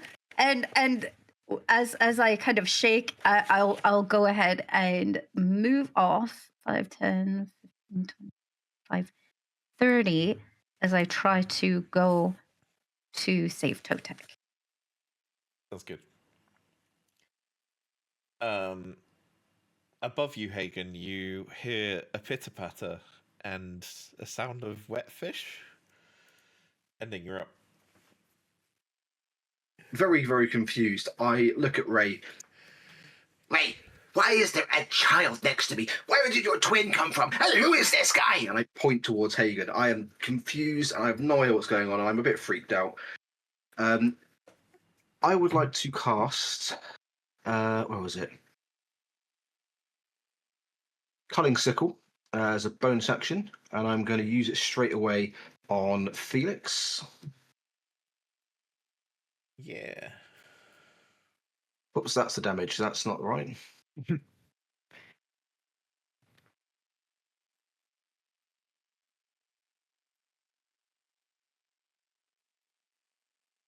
Oh, there is not a button for the attack roll, which is annoying. Is it a save? Let me double check that.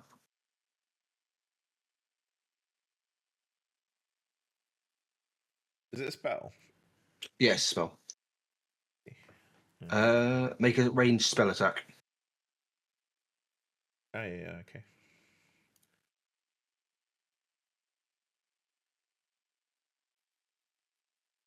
That's annoying. Okay, it's a ranged spell attack. Well, you've got +7. Yeah, I was just going to roll that hit. Cool, that's a 9. I'm going to use the Bardic Inspiration, which is a D8, I believe. Mm-hmm. Yep.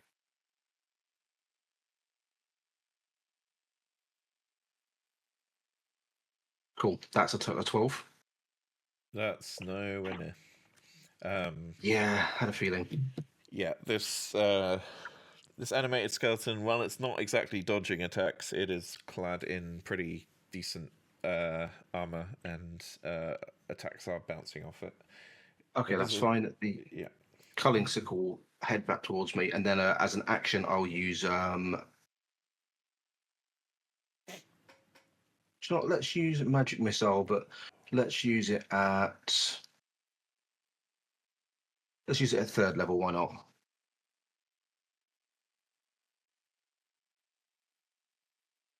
Come on, it's more than one.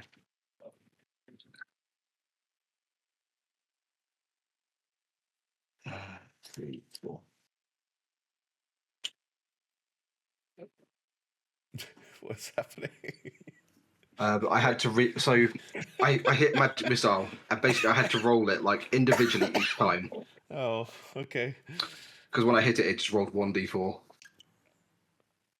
So 5, 2, 3, and a 4. So 9, 10, 12, 13, 14. 14. Automatic damage to Felix, is that? Oh, no, it should be 18. No, 14 is right. It has got the +1 on it. Yeah, to Felix. Yeah, Felix is, as they say, bloodied, but as a reanimated skeleton, he is cracking. Might be a better term. His structural integrity is in question. He would not pass an OSHA check.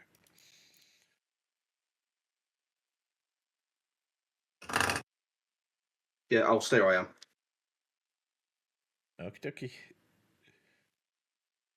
Hagen, you see a sickle and then a bunch of magic bolts come from above you, smack into this darkened Felix in front of you.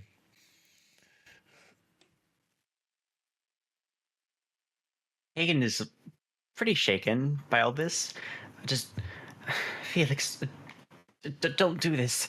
I'll just try to just make my way up 5, 10, 15, 20, 25. And can I see a round from over here where I am? You can, yeah.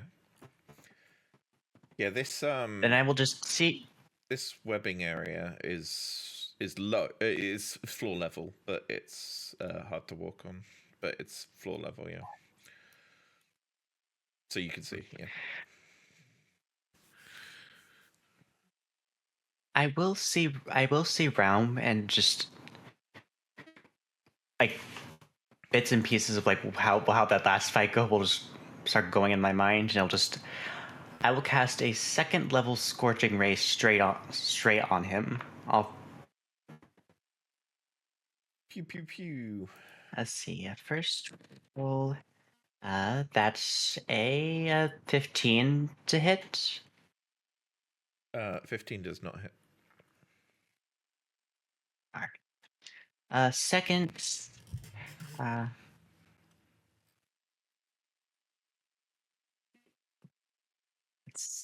oh, drop that for a sec. 16.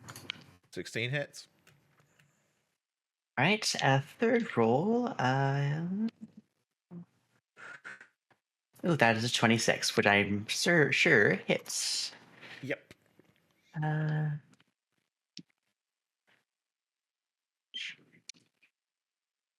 First ray will deal 5 fire damage. Second, we'll deal 9 fire damage.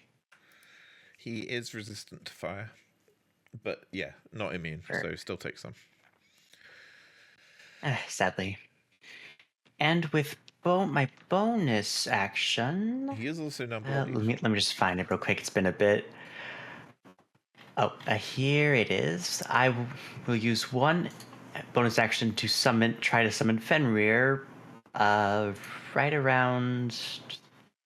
Oh wait, I need the pointer. Right around here.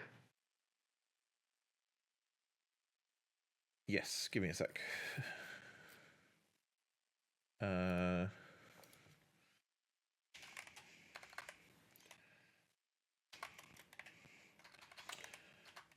Get the token if I can. The one that we normally use. I think it's a fire beetle or something. Giant. That's small. Is that the one we used to use? Yeah, I think so. We need to give a token for Fenrir. And somewhat to your surprise, Fenrir comes. Place him where you want him. I think you can move him. Can you move him, or do I? Right. Okay. Yeah. And I'll just make a sigh of relief that he's actually like showing up and still here. Certainly the only thing that makes a lick of sense around here. And that will be my turn. Awesome. At the end of your turn, Realm is going to try and devour Nestix's and Randall's secrets, because this is not a song, this is a mind thing. Can you both roll a wisdom saving throw? Which is not affected by the previous thing. 13. Ooh, that's a No. Just Randall and Nestix. Sorry. Oh, sorry, I blanked for a sec. 19 for Randall. Yeah, Fenrir is not close enough, and no one else is. On a pass, nothing happens. What did you get, Nestix? 13. On a 13,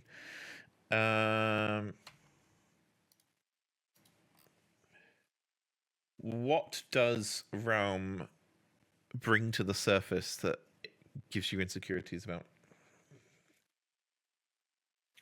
A secret or something you wouldn't necessarily like to think about? My first failure, bodies that disappeared from the morgue. And as this memory comes to mind, it comes with it a headache that does 9 psychic damage. 9? 9. Got it. Also, your speed is 0. Your speed is 0. Grim's isn't. So I don't think that affects you that much. Okay.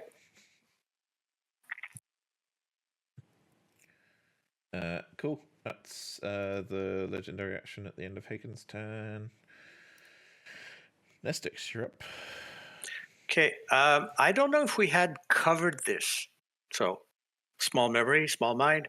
Graze from my great sword would actually produce damage even though I miss.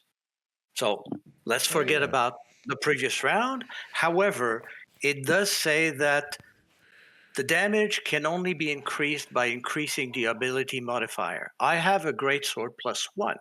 So would it be my straight modifier +1 or would it be just straight modifier? It doesn't get increased by magical weapons because that's not the ability modifier. I think. It's a good question though. Let me find out. We'll play it as no, but I will look it up and. Okay. Yeah. Because I always forget. I always forget that I do have graze. So, okay. So attack at disadvantage. It's still 25 to hit. Yeah, it says the damage can be increased only by increasing the ability modifier, and a +1 weapon doesn't increase the ability modifier; it increases the hit roll and the damage. Right. I think that's actually specifically why it's worded that way. Still, that's a crazy roll. Good job. 25 definitely hits. Yeah, but look at the damage. 8 damage. I mean, it's better than nothing. True. And second attack at 13, probably not. No. Takes 4 damage from strength. Ah, yeah, nice.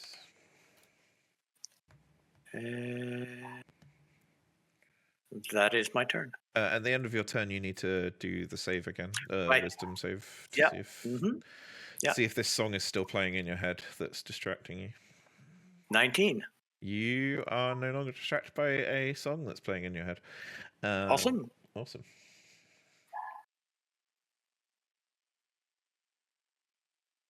Okay. As a legendary action, it's going to disengage and go there. Okay. Again, it's like flapping its wings, and the reason that gives it disengage is like it's pushing you back just as much as it's pushing it that way. Ray, you're up. I will continue to play my song. But I'm going to go ahead and let's try it again. I'm going to go ahead and sing off key again and cast Dissonant Whispers. Yep. So he needs, Felix needs to make me a wisdom save again.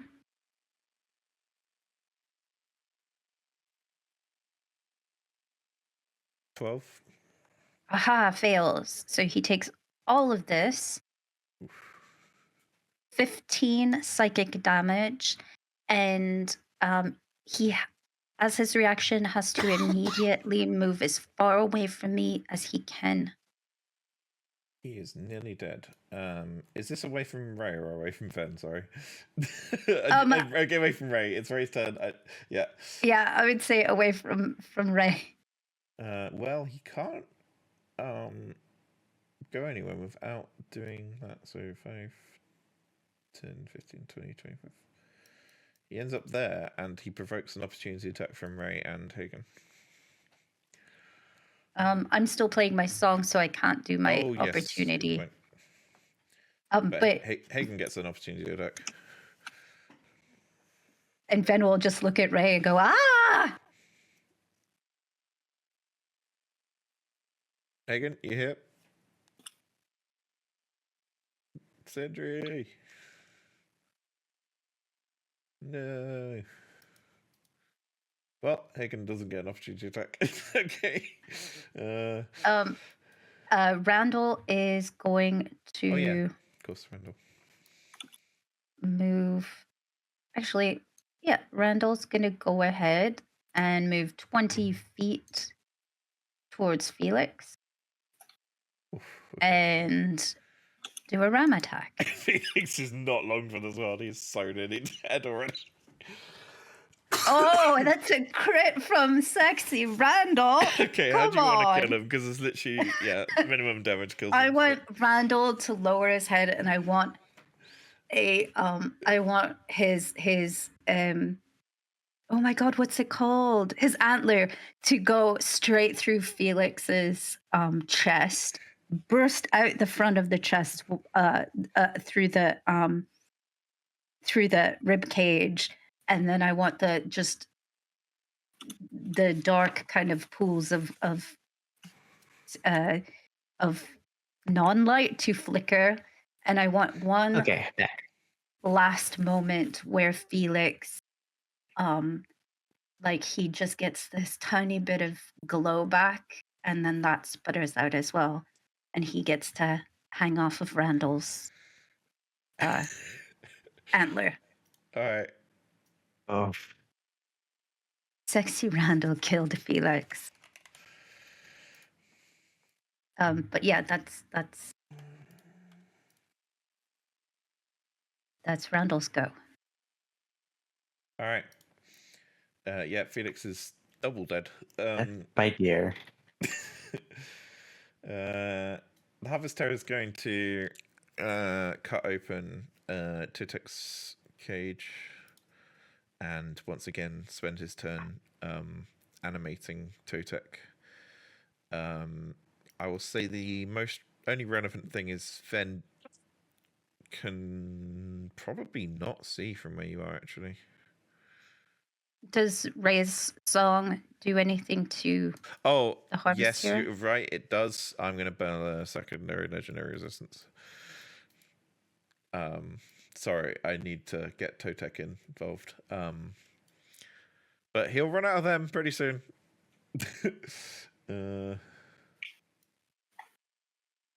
Yeah, his alternative is going to be getting Totek involved. Totek is then going to shamble up Scarecrow-like to That's 6. gymnastics. No, he's not, actually. He's going to Toll the Dead from where he was.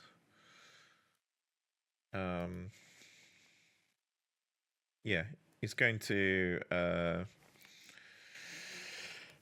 I've forgotten how Totek used to Toll the Dead, but it was...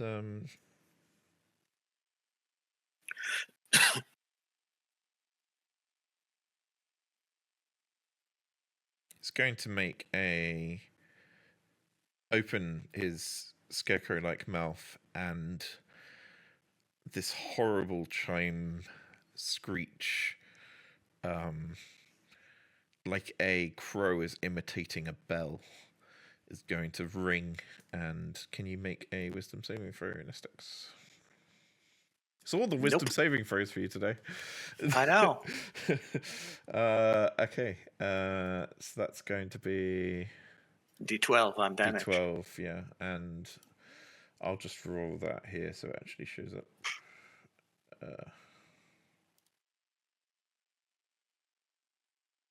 6 necrotic. Okay. Mm-hmm. That's Tutek's go and Ram's go. Then you're up. Okay. 5, 10, 15, 20, 25, 30. If I get to here, what can I see? Can I see Totek shambling around? Just about. Can I? Okay, and did I hear the bell? Yeah, basically also, he's also covered in the same dark glow that Felix had. Oh. Then Ven just, no! No! No! And I will cast at Doodaloo. I will cast slow. Ooh. Well, let me measure something quick. 40 foot.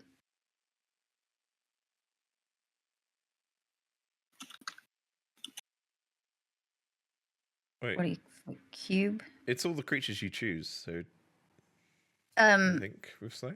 No, it's if I was reading right, it's oh yeah, of your choice in a 40-foot cube so don't within worry. range. I mean, So yeah, don't worry about that. Harvest, Tira, and Totek need to make me wisdom saves. Okay, he's going to burn his last legendary resistance, which means he's no longer going to have resistance against a song, which will make it more interesting. Totek is less lucky. A wisdom saving throw. Yeah. Okay, maybe not. He's got crazy wisdom. 21. Okay. So that's it. That's that spell. But if oops. Getting rid of his last legendary resistance is pretty good because now the song actually works. Then is one last time gonna go ahead and not one last time, but bardic inspiration. I will shout over to Nestix and I'll just shout, "It looks like you could use some help," and I'll give a whistle, and I'm going to change. I'm going to have the scamp appear next to Nestix as Nestix gets bardic inspiration, and the scamp is now with Nestix. Anybody who starts in the emanation, so basically you and Grim get at the start of your turn, your speed increases by 10 feet. Yeah, I actually took note of the 3 variations you have. Oh, cool. So I have them handy. Nice. Cool. Thank you. But yeah, you've got both bardic and my scamp. And that is Ven's go. Okay, the Terror's going to do his secrets thing on Nestix. There's another wisdom saving throw.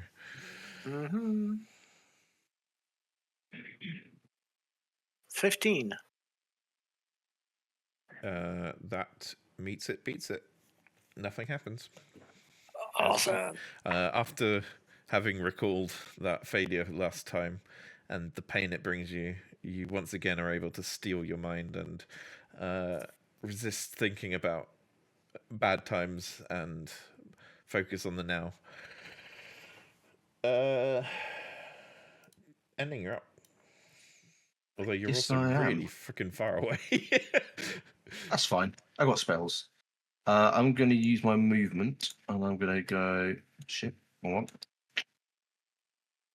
I think about there. And then I would like to use. So I'm going to twin my spell, and I'm going to use Firebolt and expend a Bloodwell on the Harvest Terror. Awesome.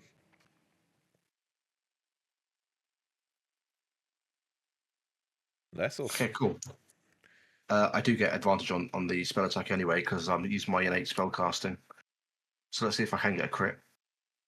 No, 14. Does that hit? No, sorry. Oh. You oh no, you don't still have Doesn't your use it. bardic Use it. cube. Then I will. Welcome to my world, fellow spellcaster. I will sit there and feel campaign sorry is for myself. This campaign is cursed for spellcasting, I swear. I guess that's my turn. Yeah, sorry, bud. I'm sorry. Hey, good, you're up.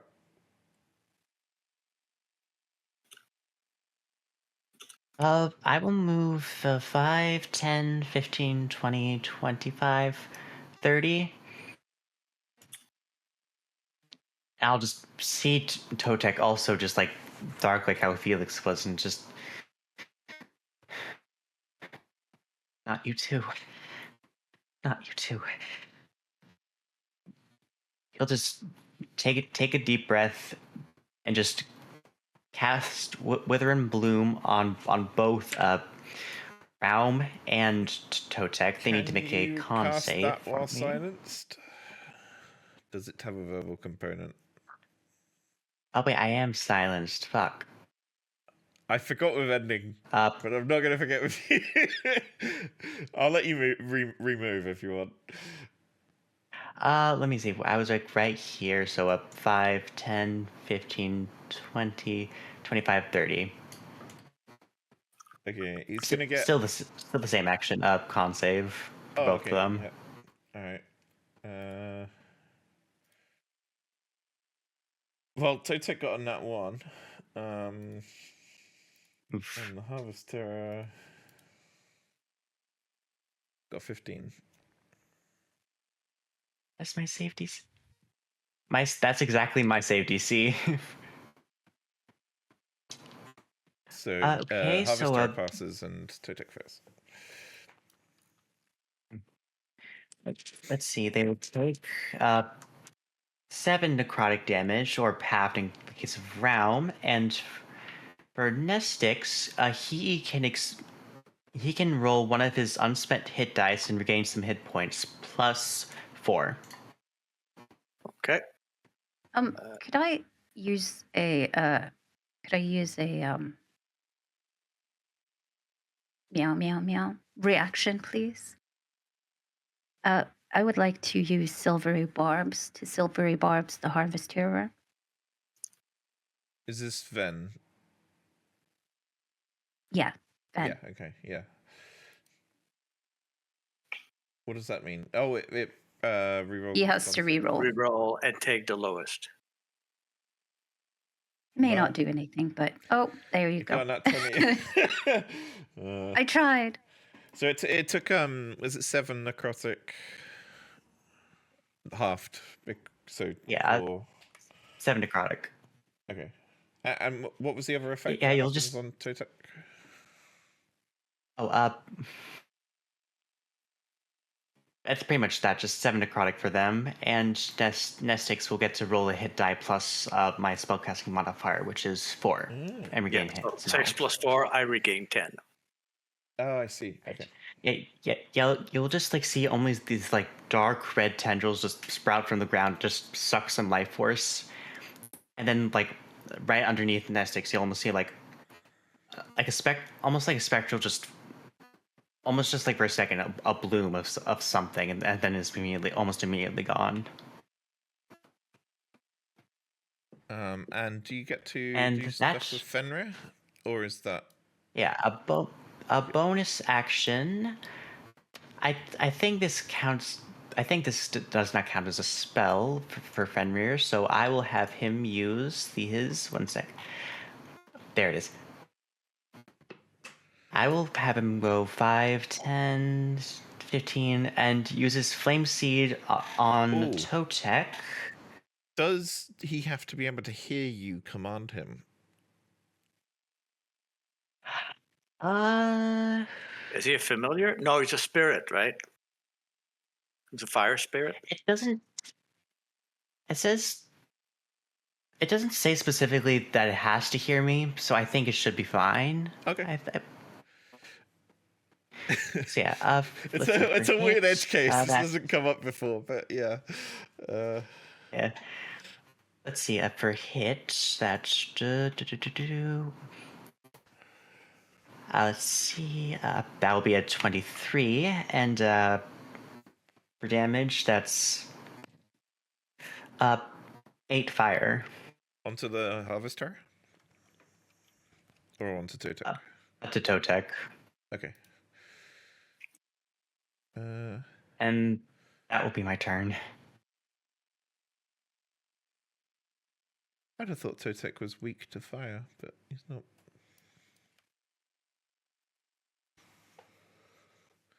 I mean, you would think. Yeah.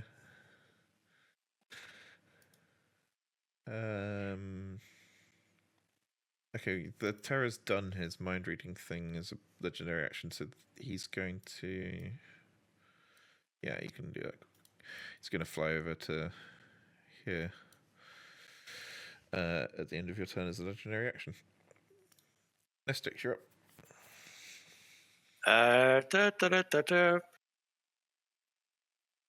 Oops, I'm taking too much. That. Move myself.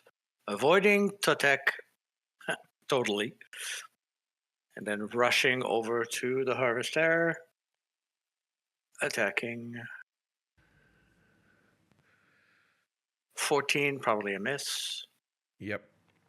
4 points from strain. Oh yeah. And then Please second remind me attack. every time on that. Don't assume I remember, will. because for some reason that just doesn't lodge through my brain. Thank you. It's for me as well. It's for me as well. So, as I told you, I forget. Okay. 12 damage. Nice. Yeah, he's not looking great. Not super close to dead, but he's been bloodied for a while and looking a bit worse for wear.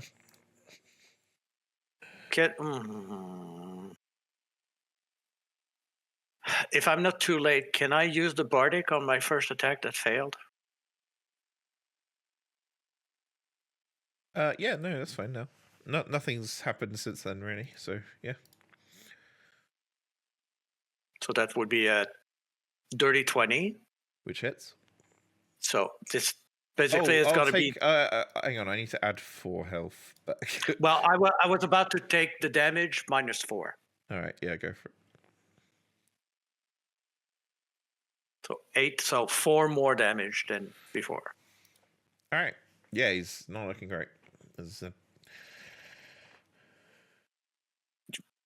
Beast, go back. Go away.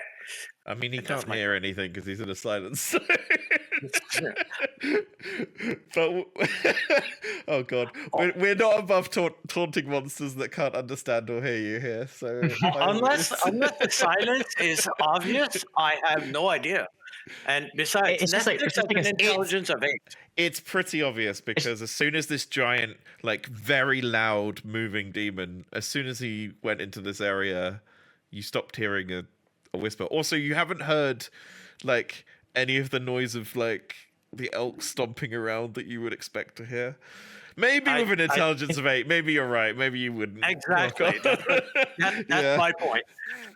It's like a silent movie where just like the words come on right afterwards, just like it just appears out of nowhere. Everyone gets subtitles in this area. Oh, that'd be a really cool spell. Sign language interpretation. You got the unseen servant doing the sign language. Yeah, maybe that was my. Maybe with intelligence 10 or above, you'd notice. But yeah, okay, I'll grant you the intelligence 8 is a little more borderline. Well, it's like a war cry as well, so it works for me. And that's my turn. Right. Actually, I will free action drop my concentration. Good idea. And I'll just step out and go, not so fast. And I'm going to cast as Ray. I will cast slow. Okay. Sure. And if it's, I wonder if 40-foot cube. 40-foot cube. Oh, you seeing if you can get both? Probably, yeah. Then, yes, Totek and Harvester need to make me a wisdom save. All right. Got no legendary resistances left.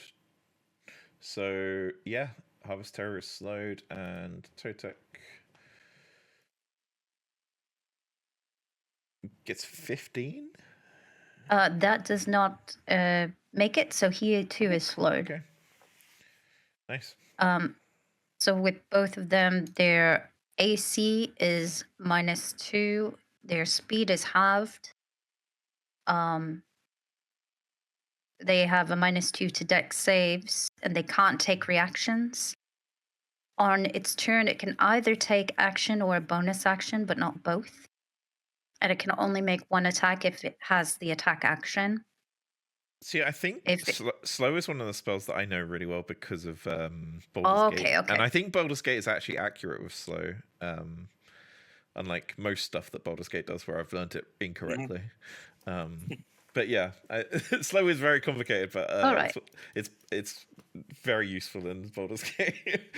Ray will tuck back up behind whatever this like flesh pillar is, and just keep playing my merry little beautiful tune as Randall rams the harvester. Sexy Randall.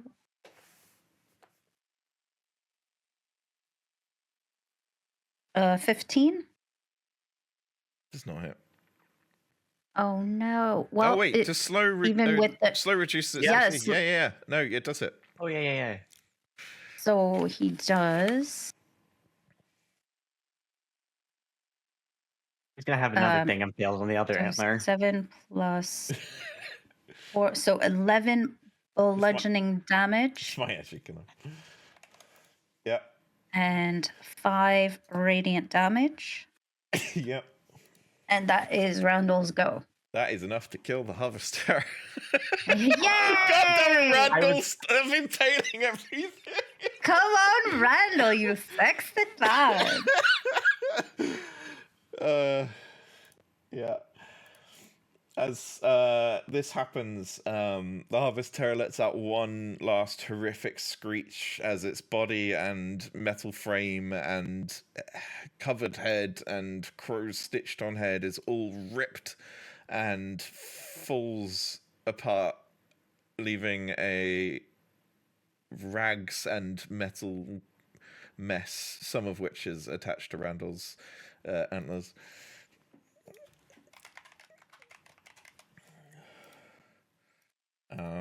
And we are out of combat because Totek immediately collapses into the ground.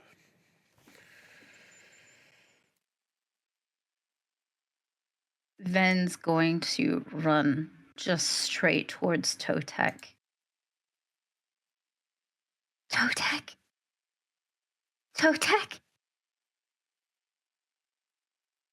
You'll be okay. You'll be fine. And I'm going to cast. I'm gonna cast. I will cast. Oh, all I have is healing word, so I will cast healing word at 3rd level. What's the wording on targets for healing word? A creature of your choice that you can see regains hit points equal to a number of d4 plus your spell casting ability mod. The healing flows out of you and spreads around the ground, not going into the body. Totek? I'm gonna look up and I'm gonna run to the Jump scare dog. what's left of the harvest terror, and I'm gonna kick it and like pummel it with my fists and just shout, "Bring him back! Give him back!" You break your toe like Viggo Mortensen on Lord of the Rings. No. Yeah. The body is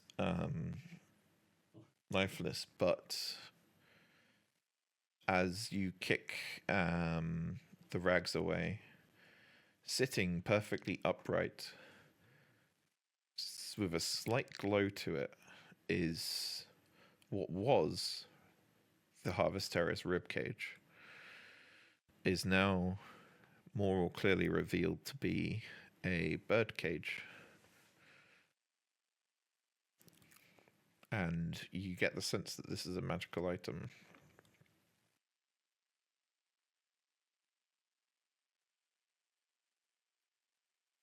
I need this. I need it so that I can get a pet bird for Totek. He wanted one, and I'm gonna get him one. It's gonna be fine. It's gonna be fine. And I'm gonna take the bird cage and just continue It'll be fine. Everything's fine. And I will just sit next to Totek and put the bird cage by Totek and just start talking to him. Look, I have a house for your pet. And I will get you one, and everything will be good. Ending's gonna go and wander next to Ray, just with like an eyebrow raised. Do you know these two? That one, and I'm going to point towards Sven, that is the reason I had to come here. I don't know what that is. And I'm going to point to Hagen. And I'm going to... Right. I'm gonna like motion to Randall to come over so that I can get the impaled Felix off of his antlers. I won't make you roll for that. Need help with that? Oh yes, poor Randall doesn't like jewelry. Especially dead jewelry. It's really unbecoming. Hagen will just kind of make his way towards where Tek and Ven are, just without even looking. Just cast like a fire, like produce flame on like the body of like Raum, just burn whatever's left of it. Just make his way over to where Ven and Tek are.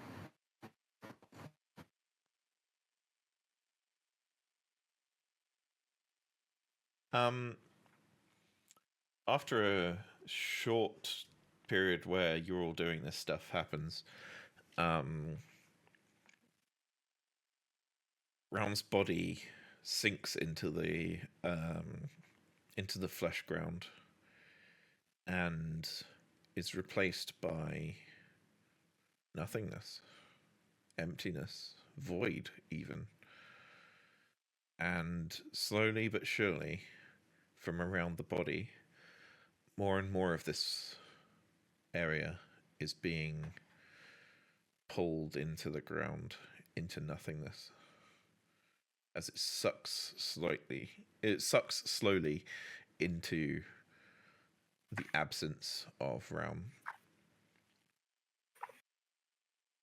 I think we need to go, just in case it forgets that we don't belong here. I'll take the... Ray will take the pieces of Felix and put them in the bindle, and then I'll just shout over to Ven and Hagen. You two, we have to go, or all of this is for nothing. Take your friend if you must.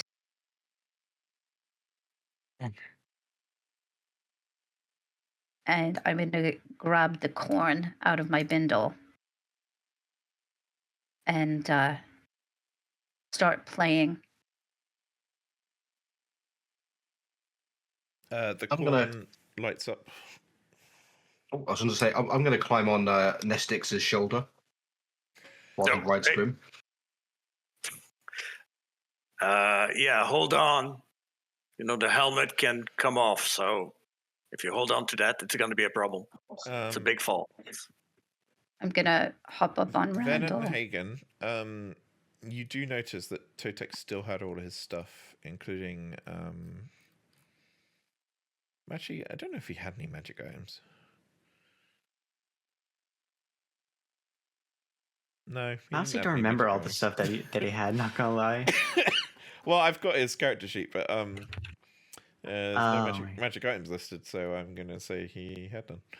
Because I certainly wouldn't remember if he had one that wasn't on his character sheet. Okay, that point's a bit moot then.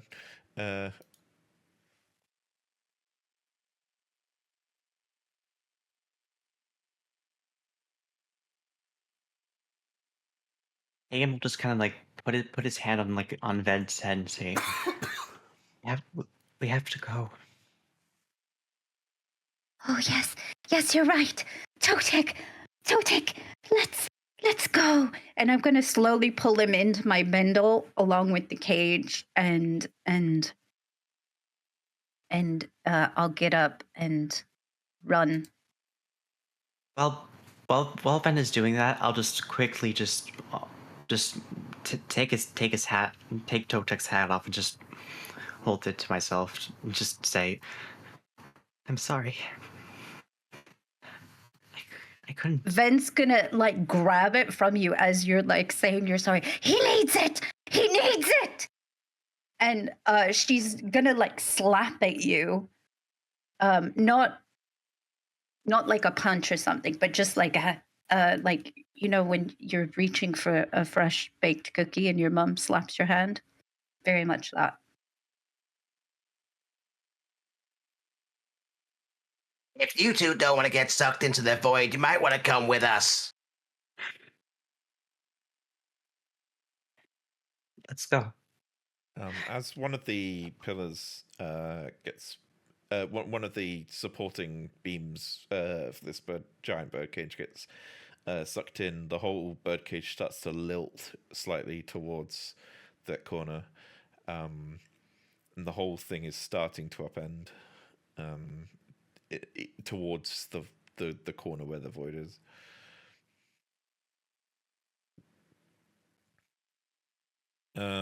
As you all now make your way outside of this birdcage, the world around you is the same as it was before you came in for the people who have recently come in. For Ven and Hagen, you're expecting to step outside this birdcage into a field of corn, but instead you are in a darkened world of pumpkins and misplaced earth, pillars and hills misshapen and out of place, colliding with each other in ways that seem impossible. And as this birdcage behind you, giant amber birdcage, starts to get pulled into the ground, everything is sort of rumbling as the upended fleshy earth of this birdcage is now pulling in the earth around it. And you only need a brisk walk to outpace this void, but there is a field about 300 feet away that everyone else is heading towards. I don't know if if Ray is sort of interacting with Ven in this instance, but And absolutely not. okay, but I imagine Nestix and Ending are quite keen to get to that cornfield, which you came in from. What I will do, just in case, Ven's going to reach into her bag of tricks and see if I can get a mount for Hagen, just to get up there. No, that is oh no, it's a mastiff. So Ven will ride the mastiff. Oh, Gregory. Oh. So Ven will get down onto Gregory's back.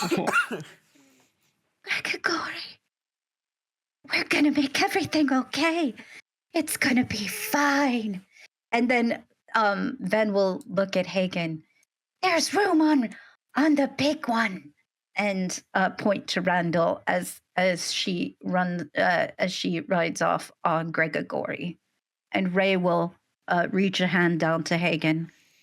Don't mind her. She doesn't know how to grieve. I suppose does anyone? And I'll take Ray's hand. And I'll help him up onto Randall's back. As you do that, a memory of when you last held then floods you, and I think, if I'm not mistaken, it was when you were trying to comfort them after the cloves ordeal, and they were surrounded by a pile of cloves and sobbing. I believe that's the last time you and Ven held, and when you grab Ray's hand, this sort of memory floods. You remember Ven, sorry, at their most vulnerable.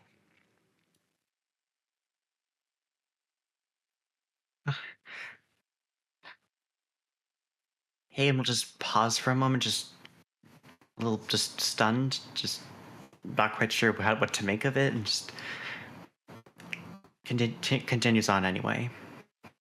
Sure. You'll make it to the cornfield. Who's carrying the corn? Ray had it. Yeah, I think Ray had it. Yeah, I had it. And as I was playing, I kind of had it tucked between between my stomach and the banjo. The corn only gives way to you, and there's a lot more people and animals now. If you were to rush into the corn ahead, it would seal up behind you before everyone could fit and get through. I take a very long moment to think it over. But I don't urge Randall to go any faster than necessary to keep us all together. But I do kind of mumble under my breath. Would have made this a moot point. You had a reason for all of this. Be stupid.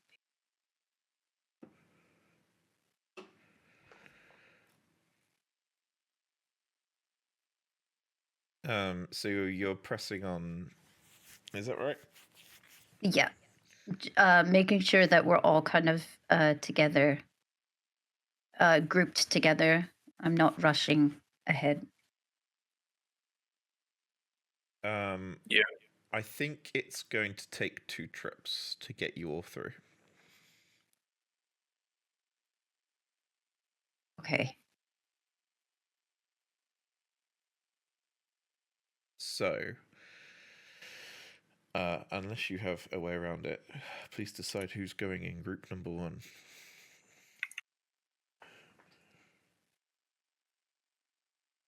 I would stay behind, but would offer to ending to, if he wants to ride along on Randall or something. But I'd rather close the exit. I'll agree to staying back with Nestix. The time pressure is not exactly urgent. The realm is collapsing, but slowly. As long as you trust that Ray will come back and create another passage for you, you two staying behind makes sense.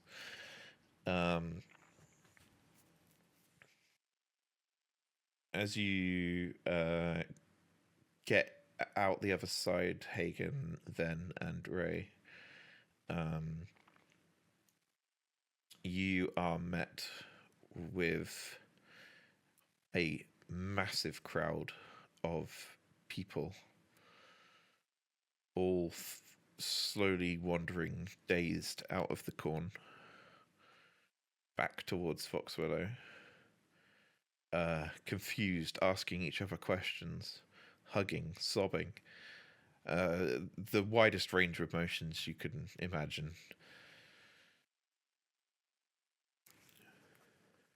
Ray, your corn is still alight.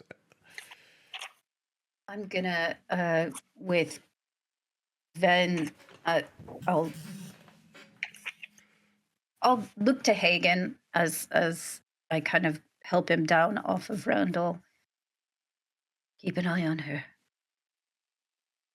Don't let her come after me. I need her out. And then I'm going to turn Randall around. Take a minute to think about it again.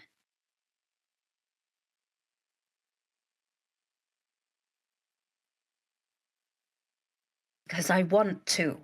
I'm going to just say as loud as I can, and then I'm going to go back into the corn to get the other two. Nice. Back inside you find a very hopeful Nestix and relieved to see you push through or see the corn give way to you again. And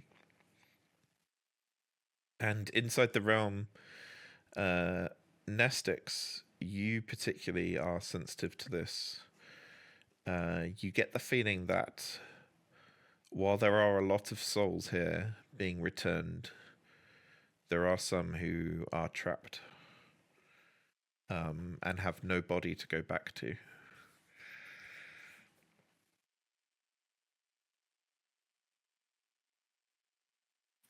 Do I sense them around me? Type Yes, of thing, you can pretty much see it. It's because of the realm you're in. It's pretty visceral. For most people, it would just look like a chaos of crows and maybe spirits. But to you, you can see the desperation in some of these spirits as they try to flee this crumbling realm and are met with an impassable barrier, while other spirits fleeing the realm are allowed to safely past.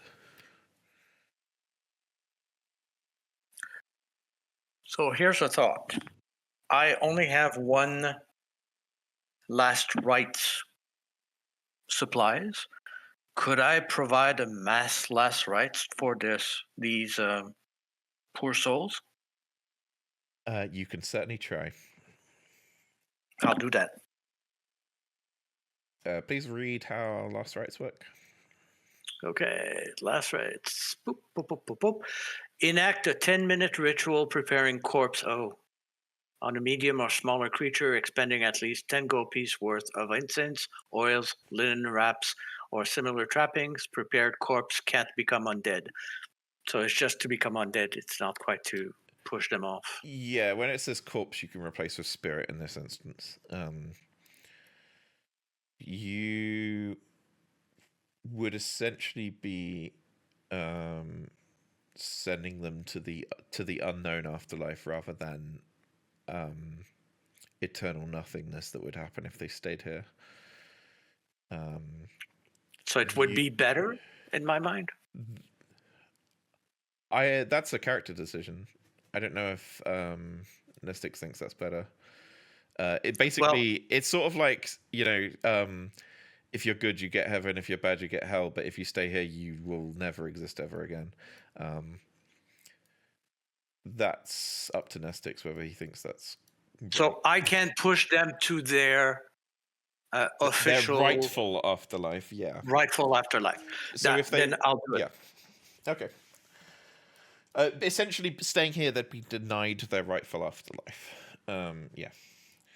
Okay. So 10 minutes is going to cut it fine, though. I think. Can you get help from Ray and Ending in preparing it at all? If they can assist, probably in the mechanics, and I guess it is. Yeah, I mean more thematically. Asking them if they're doing it. Nestix, what are you doing? Trying to put them for their final rest. These souls cannot go anywhere. They don't have a body. Is that really the wisest thing to do right now? I made a promise to make sure that body stays where they should be. Souls should continue to their eternal rest. Sorry, it's ingrained in me. Fine. What do you need me to do? Here, hold that, and we can try to, There's a little bit of incense. Make sure you spread it around and try to touch in some way, not physically, but try to reach each of the souls, and I point to them as they go along. Do you have a good way of drawing souls to you, like getting their attention? I have the way of actually drawing them away. I can turn undead with that same Can- ability. So I don't think that's what we want to do here. Can Ray help with that by playing her A fiddle dirge? Yeah, by all and means. play a more, instead of the banjo kind of has that twanky sound, but on the fiddle it's kind of a more smoother sound, so that this beautiful tune that she was playing before is even more like melodic. And I will sing along with as I'm playing my fiddle, and use that as a way to draw the spirits near.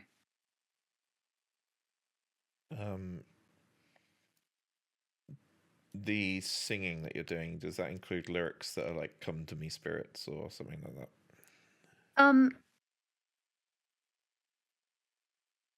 Yeah, Ray will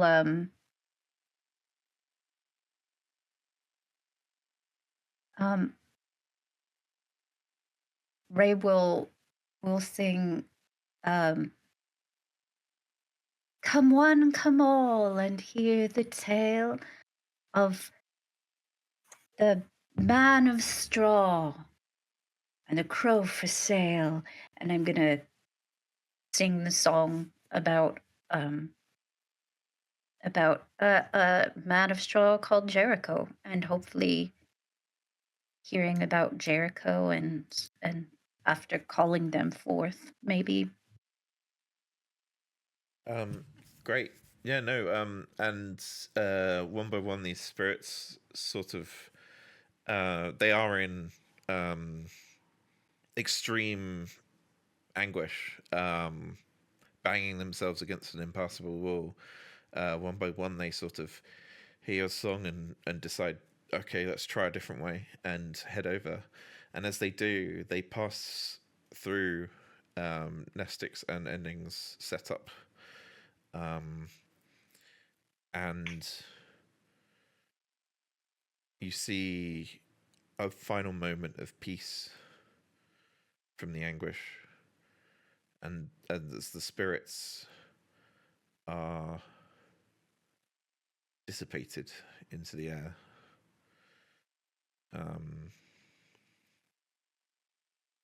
and one by one this is happening as the void is getting closer and closer and closer. How late do you want to leave it before you head out?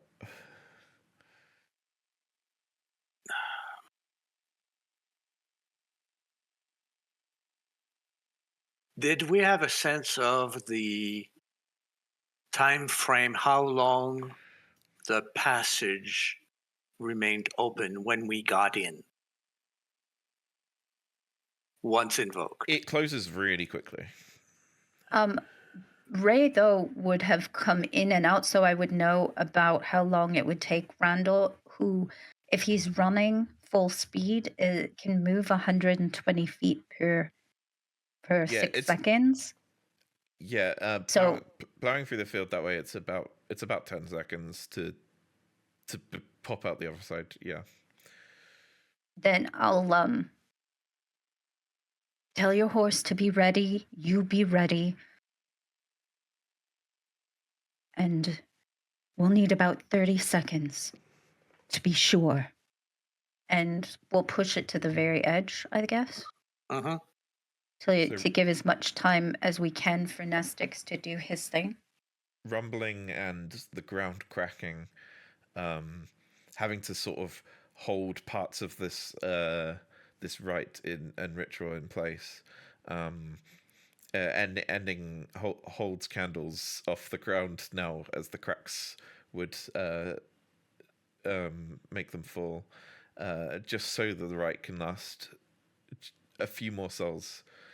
And at the last moment, as this void is now taken this world, this realm,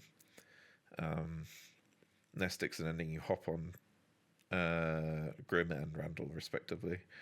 And Grab ending. at max speed, run the fuck out of there, leaving the right stuff behind.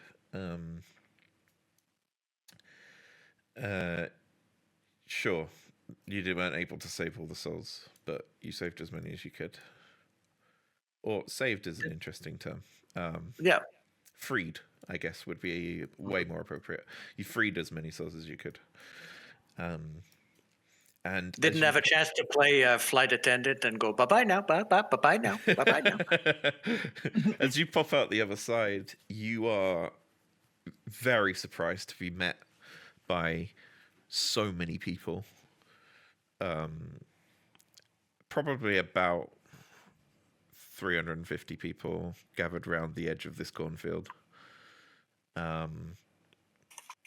Almost all of them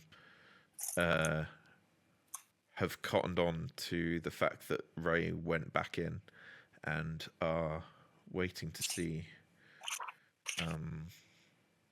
after then and Hagen who else will come out. And this giant elk and this